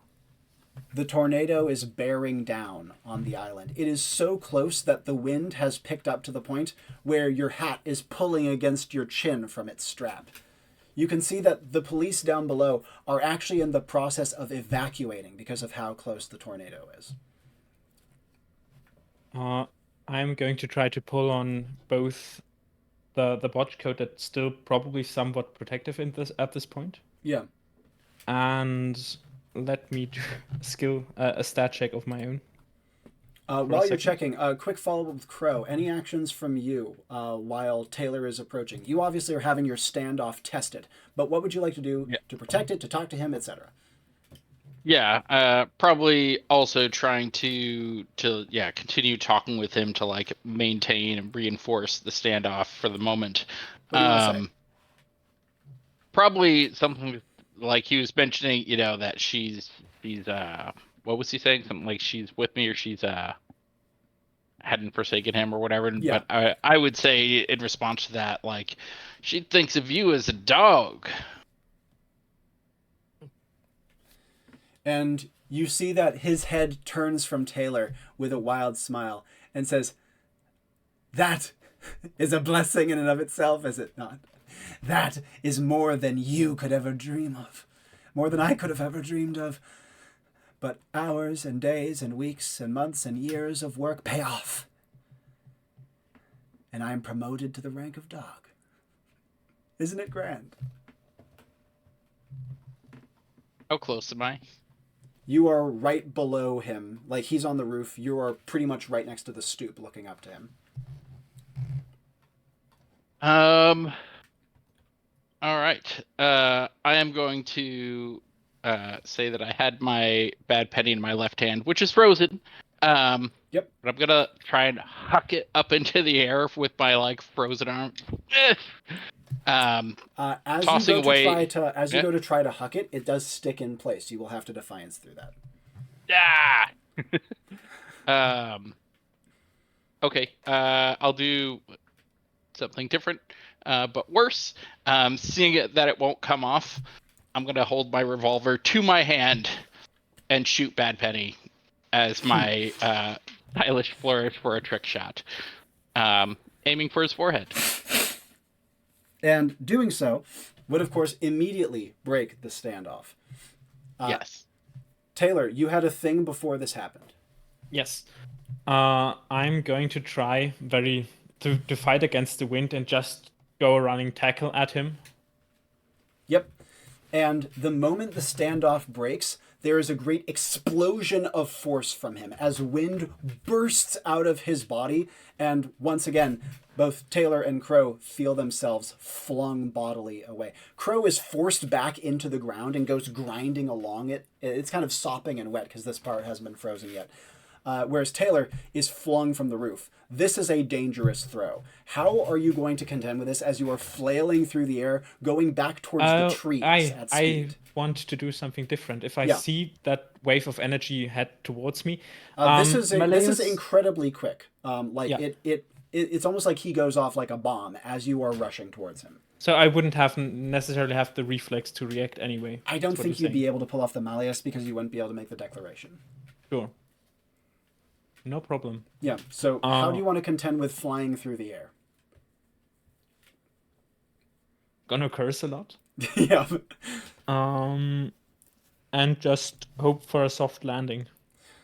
In this case, hoping for a soft landing consists of crashing into a tree branch and breaking your collarbone.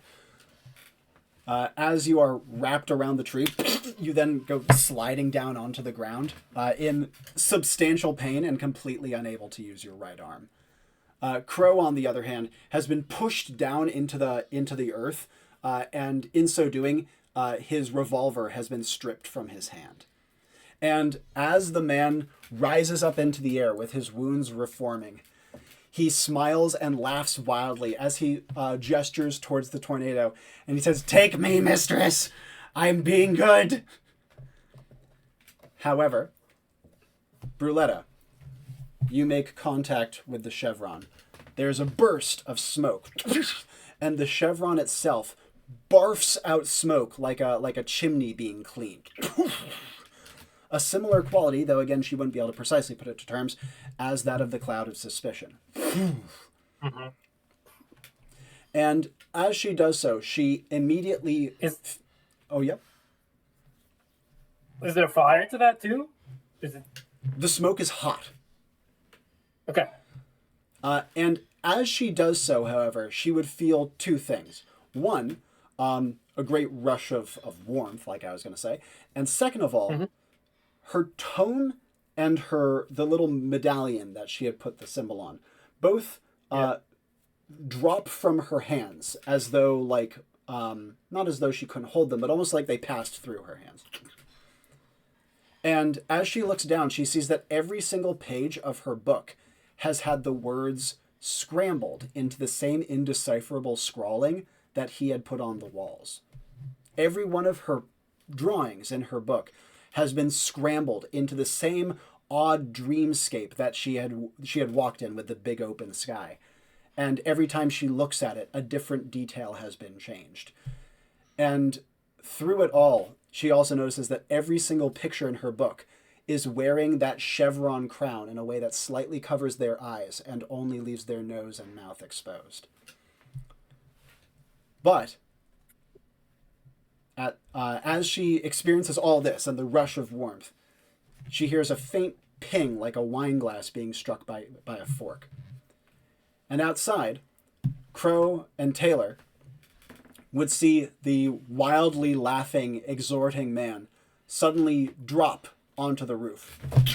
And he stumbles off of the roof, clearly not anticipating the fall, and lands hard next to Crow. Yep. Bowie knife out. Just roll over on top of him. And as you roll over, he actually manages to like grab your throat with one hand and try to like secure your knife hand with the other. What do you want to do? Okay, so am I on top? I'm like on top, basically. Yeah, you're pretty but much he's on top like, of him, and he's trying to choke you. Probably just like knee him from that position. Just... Yep. And you can see that he flinches, and his hand on your knife hand is shook for a moment. Yeah. Just like starting to just drop my weight down on top of it. And the knife goes into his chest. Blood spurts out. And you can see that as his air starts to escape his lungs, he gasps out, "Mistress, I thought I was..."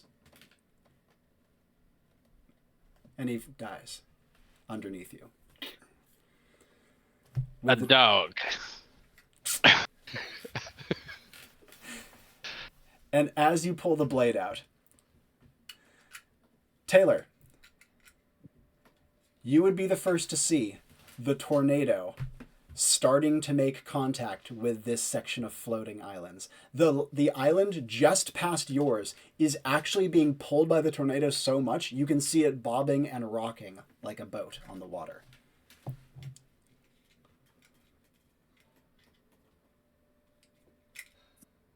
So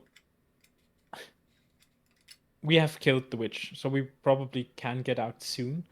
Are you taking off your hat to check like you did before? Yes. And as Like, you take it off... like reaching up with the one hand, waiting to grab. Yep. And then using the other. And as you take it off, your Enclave badge pings. Crow, is the mistress gonna make it out? Wasn't the mission, Haas. Well, I guess I shouldn't feel bad about it anyway. Her being a witch. You're okay up there? And as he pings out, Bruletta, after this moment of sudden heat and confusion in your tome, you would only now realize the enormous noise of the tornado outside. You call, but no response is given to you. I look down to the tome angrily, and what I was going to do was my eye glances over to one of those like oh, it's like a mirror. She looks at me sideways, bullshit. And actually take out my mirror. And I was going to check to see if he was alive. And as you take out the mirror, it is instead greeted by a woman's face. She is wearing the great chevron as a white crown. Her eyes are covered, and the rest of her features that you can see are dainty and beautiful in a cartoonish, slightly uncanny sort of way. There is a faint blue tint to it all.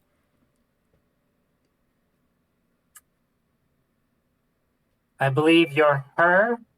And as you try to say it, the words freeze in your throat, and you feel cold tingling in your hands. Can I hold on to the smoke bomb close to me? You can fumble for it. In fact, I might burst one. As you go to, though, it does not burst. Your fingers do not move. Is he dead? And Bruletta would feel her Enclave badge ping. I see you. And then I hit the badge. And as you hit the badge, it is as though you, instead of dissociating, it is as though you teleport into her. Her lack of eyes dominating you. Her cold presence all-encompassing. And the teleportation takes several times longer than normal.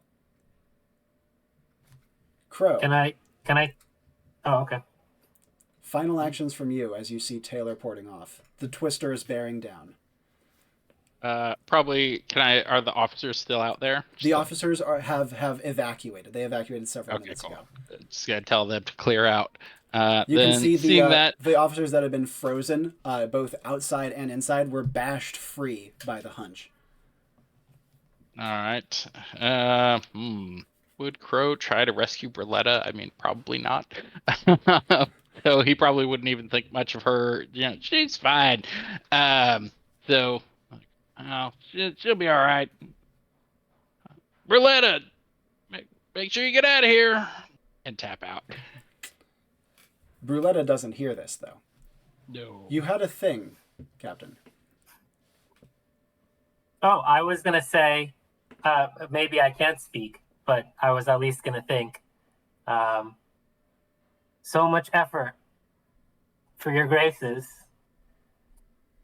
And she instantly gave me her attention for free.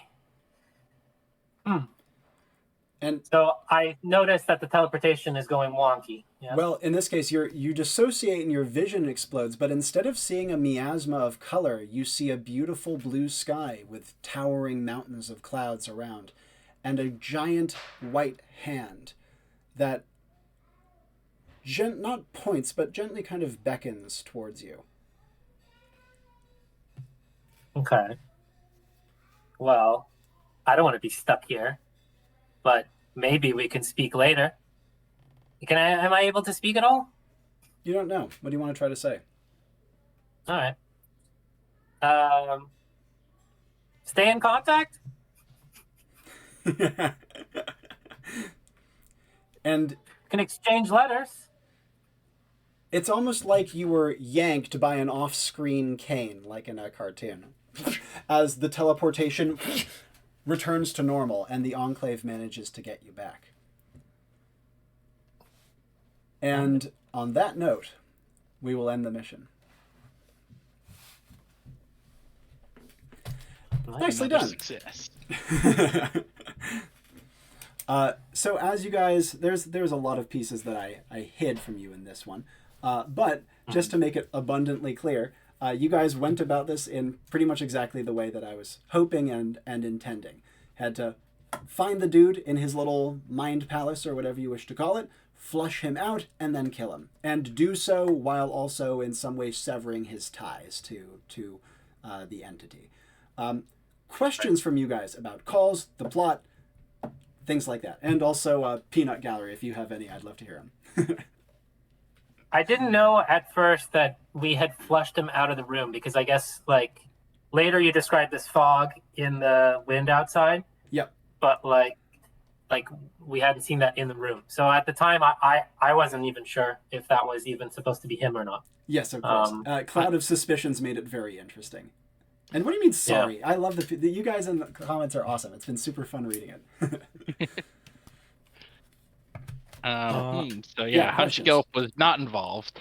It was a good guess. It was, but she was a little too anti-magic. She is like an anti-magic officer after all. Yeah. Other questions? Her punching the thing was pretty cool. I guess, I mean, I don't know. It's a setting question, so maybe it's better not answered. But yeah. I wonder if this was someone who was alive at one point, or if it's just an entity entirely known to the local area. Yeah. I think I'll leave that one a little under my hat for now. But what I will say is that the focus word, what is this mortal life if not the pursuit of legacy, made me bring in a legacy storyline. That's fair. That was my focus word, but that was not the intention. Yeah. But that's fair. And I think that the rest of that focus word is pretty clear, but I snuck in that as well. To give the other focus words, Krampus was, of course, the boogeyman type thing and the affiliation with weather and seasons, particularly snow. Then Big Country. That was a really tricky focus word, and initially I wanted to make this another giant people mission, but since I just gave you one of those, Julian, I wanted to do something a little fresh, and so I was like, what if I make it like a kind of rural area with big frickin' natural disasters everywhere? So that's how I chose to interpret that one. I hope that was an acceptable interpretation by your books.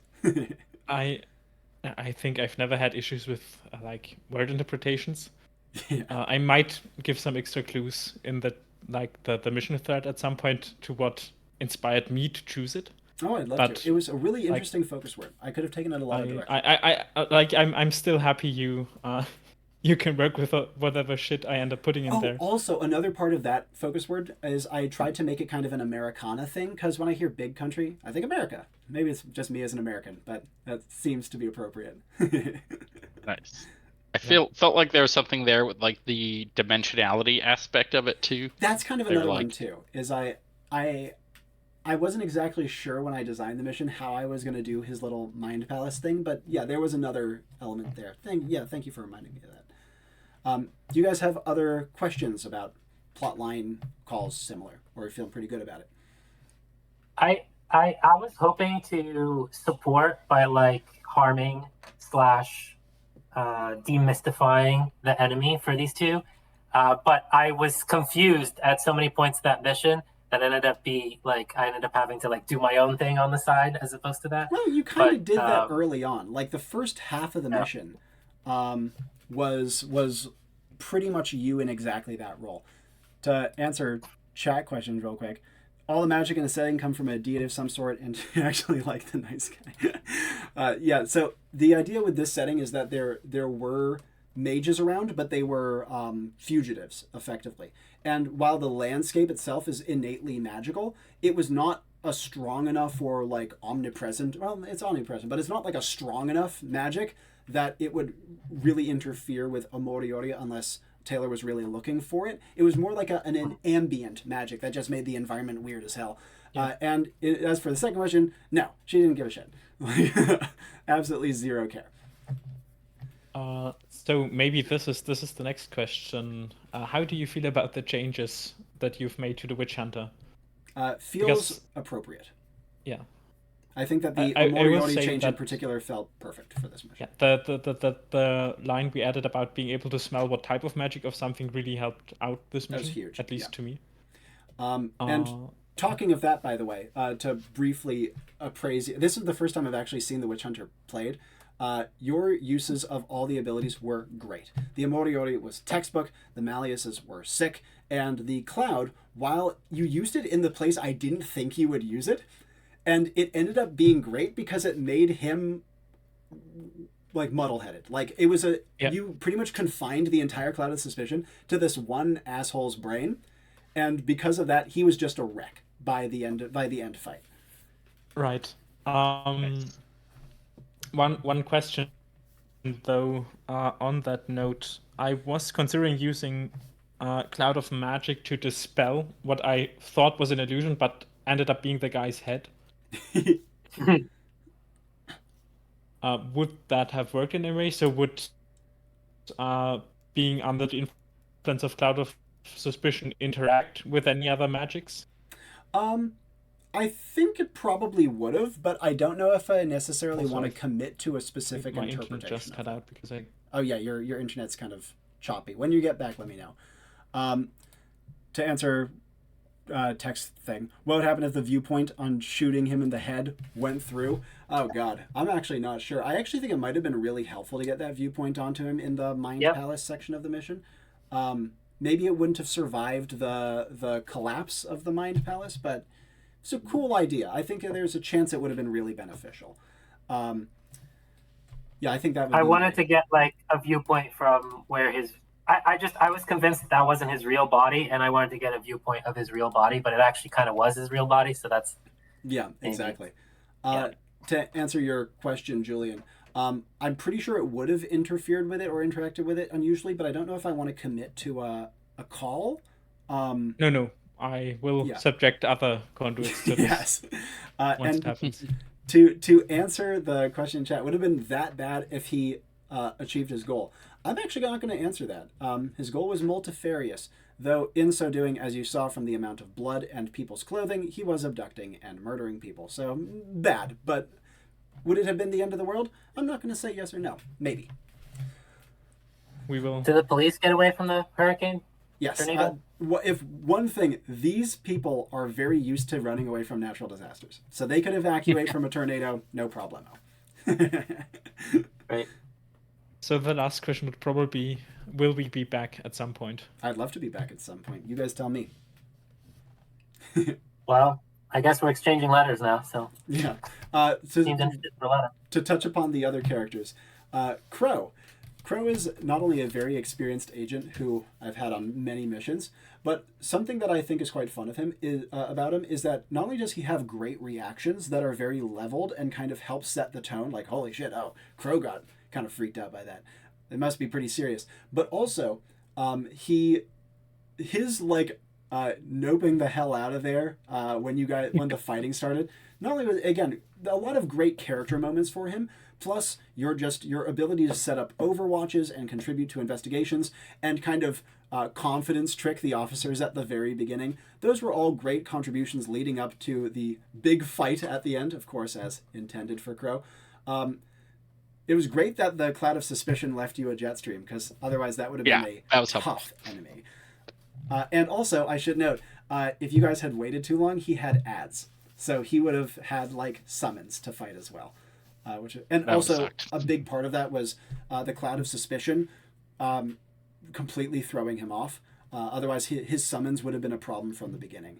Pardon in chat. By ads, I mean like additional enemies. Rock solid play. Great stuff at the end, going with the knife. It would have been tempted to try to go for a gun, but your guns were thrown from your hands, and so that would have been a problemo. The bad penny shot was sick as well. Yeah. With a frozen hand ping. Yeah, that would do something. Yeah, that definitely hurt your hand, but it was frozen, so fuck it. Not helping in the I've got Brazil, and it was frozen. So frostbite. Lastly, Bruletta. Not only was it fun seeing a little bit of culture shock for Bruletta, but you actually did a beautiful job of portraying her character. Not only playing off your two very grim witch hunting allies, and also, more importantly, contending with the strange foreign environment and strange eerie magics. I thought that your interactions with the entity were interesting and fun. As soon as you put her symbol on a thing, I'm like, uh-oh, that's bad news. But you actually made pretty good use of it and didn't get got, so I'll call that a win. I thought that your use of manifestation was exceptional. Your veneer at the beginning was, of course, textbook. And as per usual, you use the illusionist kit beautifully and your intelligence stat beautifully. So in many ways, a kind of a textbook Bruletta performance, but I think that the foreignness of her allies and her surroundings was very, very well done and contributed a lot to the feel of the mission, which I liked a lot. Yeah, I don't know what installed this, but Bruletta, when she feels kind of awkward, just gets kind of silly. Yeah. So I think that came through. Yeah. The would that you that kind- happens a lot on Enclave missions, Yeah. to be honest. Not as much on the long form missions that we do, but definitely on these random environment ones. Yeah, I actually what the heck? I forget what I was gonna say. Oh yeah, the repeated line of "Would you kindly shoot him in the head" was very funny. Yes. I was hoping to use that one again. Did Bruletta get a date? Asked in chat. Answer is I don't know if she necessarily wants to. I think I can get some cold magic. I don't know. I did probably more about inspiring some loot than anything else. yes. Yes. I think that's gonna be she can fix her. I think that'll have to be grounds for a follow-up. That's really good. Yeah. This chat, man, you guys are great. It's been actually hard to keep a straight face because of how many good lines you have. Thank you, Mal and Meek. That was awesome. Do you guys have any other final thoughts? Thoughts about the plot and the mission? If you have any thoughts about each other's characters, whatever comes to mind. Yep, fun mission. I liked this party a lot. Had some interesting chemistry. Yeah, I agree. Great one-liners from everyone. Yeah, seriously. Yeah. Really Julian, good. your one-liners get better and better, especially on a class like this that really loves one-liners. It's I've been I'm not sure if I said this like 2 days ago, my time, but it's been really fun getting into characters that are not like if you consider the traditional D&D chart in the good row. Like I've one that I would consider true neutral, and like all of the recent ones are rather bad. Yeah. I do hope you get to see either the Raubritter or the Beastmaster one day, but Oh, I I'm sure I think will. that might be soon. Yep. Ish, at least. So Yeah, I think that's great. Also, to all the naysayers. Oh, go ahead. You first. To all the new naysayers out there, the Balestrino seemed pretty good. it's In my opinion. I will say the only thing that still haunts me, like this mission specifically, is not picking up any of the other weapons the Witch Hunter got. So the things I picked up for him are really meaningful usually, and I think they helped a lot this mission. But there's always this point where you get to, well, I want to do a Malleus, but I don't think I should be shooting right now. Yeah. So I once had someone do an open-handed slap, and it was awesome. So there's potentially other options. that would probably be a question whether or not but I think that might require energy work to use pure fists into a Malleus. I So I'm wouldn't gonna take think on energy that. work, but it probably wouldn't be as effective. So and it's also a character thing. I don't know if necessarily you're the slapping type. This character. Not at all. Yeah, indeed. Maybe a boot to the head though. All right then. In that case, I say we are all set. Thank you guys so much for taking the time to play. This was a really nicely short one, which is always a relief from a conduit perspective to be able to time the damn thing properly. So thank you for officiating that and making this a very streamlined process. I had a great time on this mission. You guys approached it exactly as I hoped you would. And just delivered a textbook performance of how to play Enclave well. So thank you very much for that. In the same order we started off with, Detour, Julian, Captain. Give your sign-off if you have any, and then I'll wrap us up. Yep. Just thanks for playing, everyone. Always fun. Looking forward to the next one. Yeah. Again, was a lot of fun. I hope to see any of you watching at some point here. Well said. Have fun and play some Enclave, and let's see if I get some hot date with this Ice Queen in the future. And on that note, my name is Robbie Howell, and ciao for now.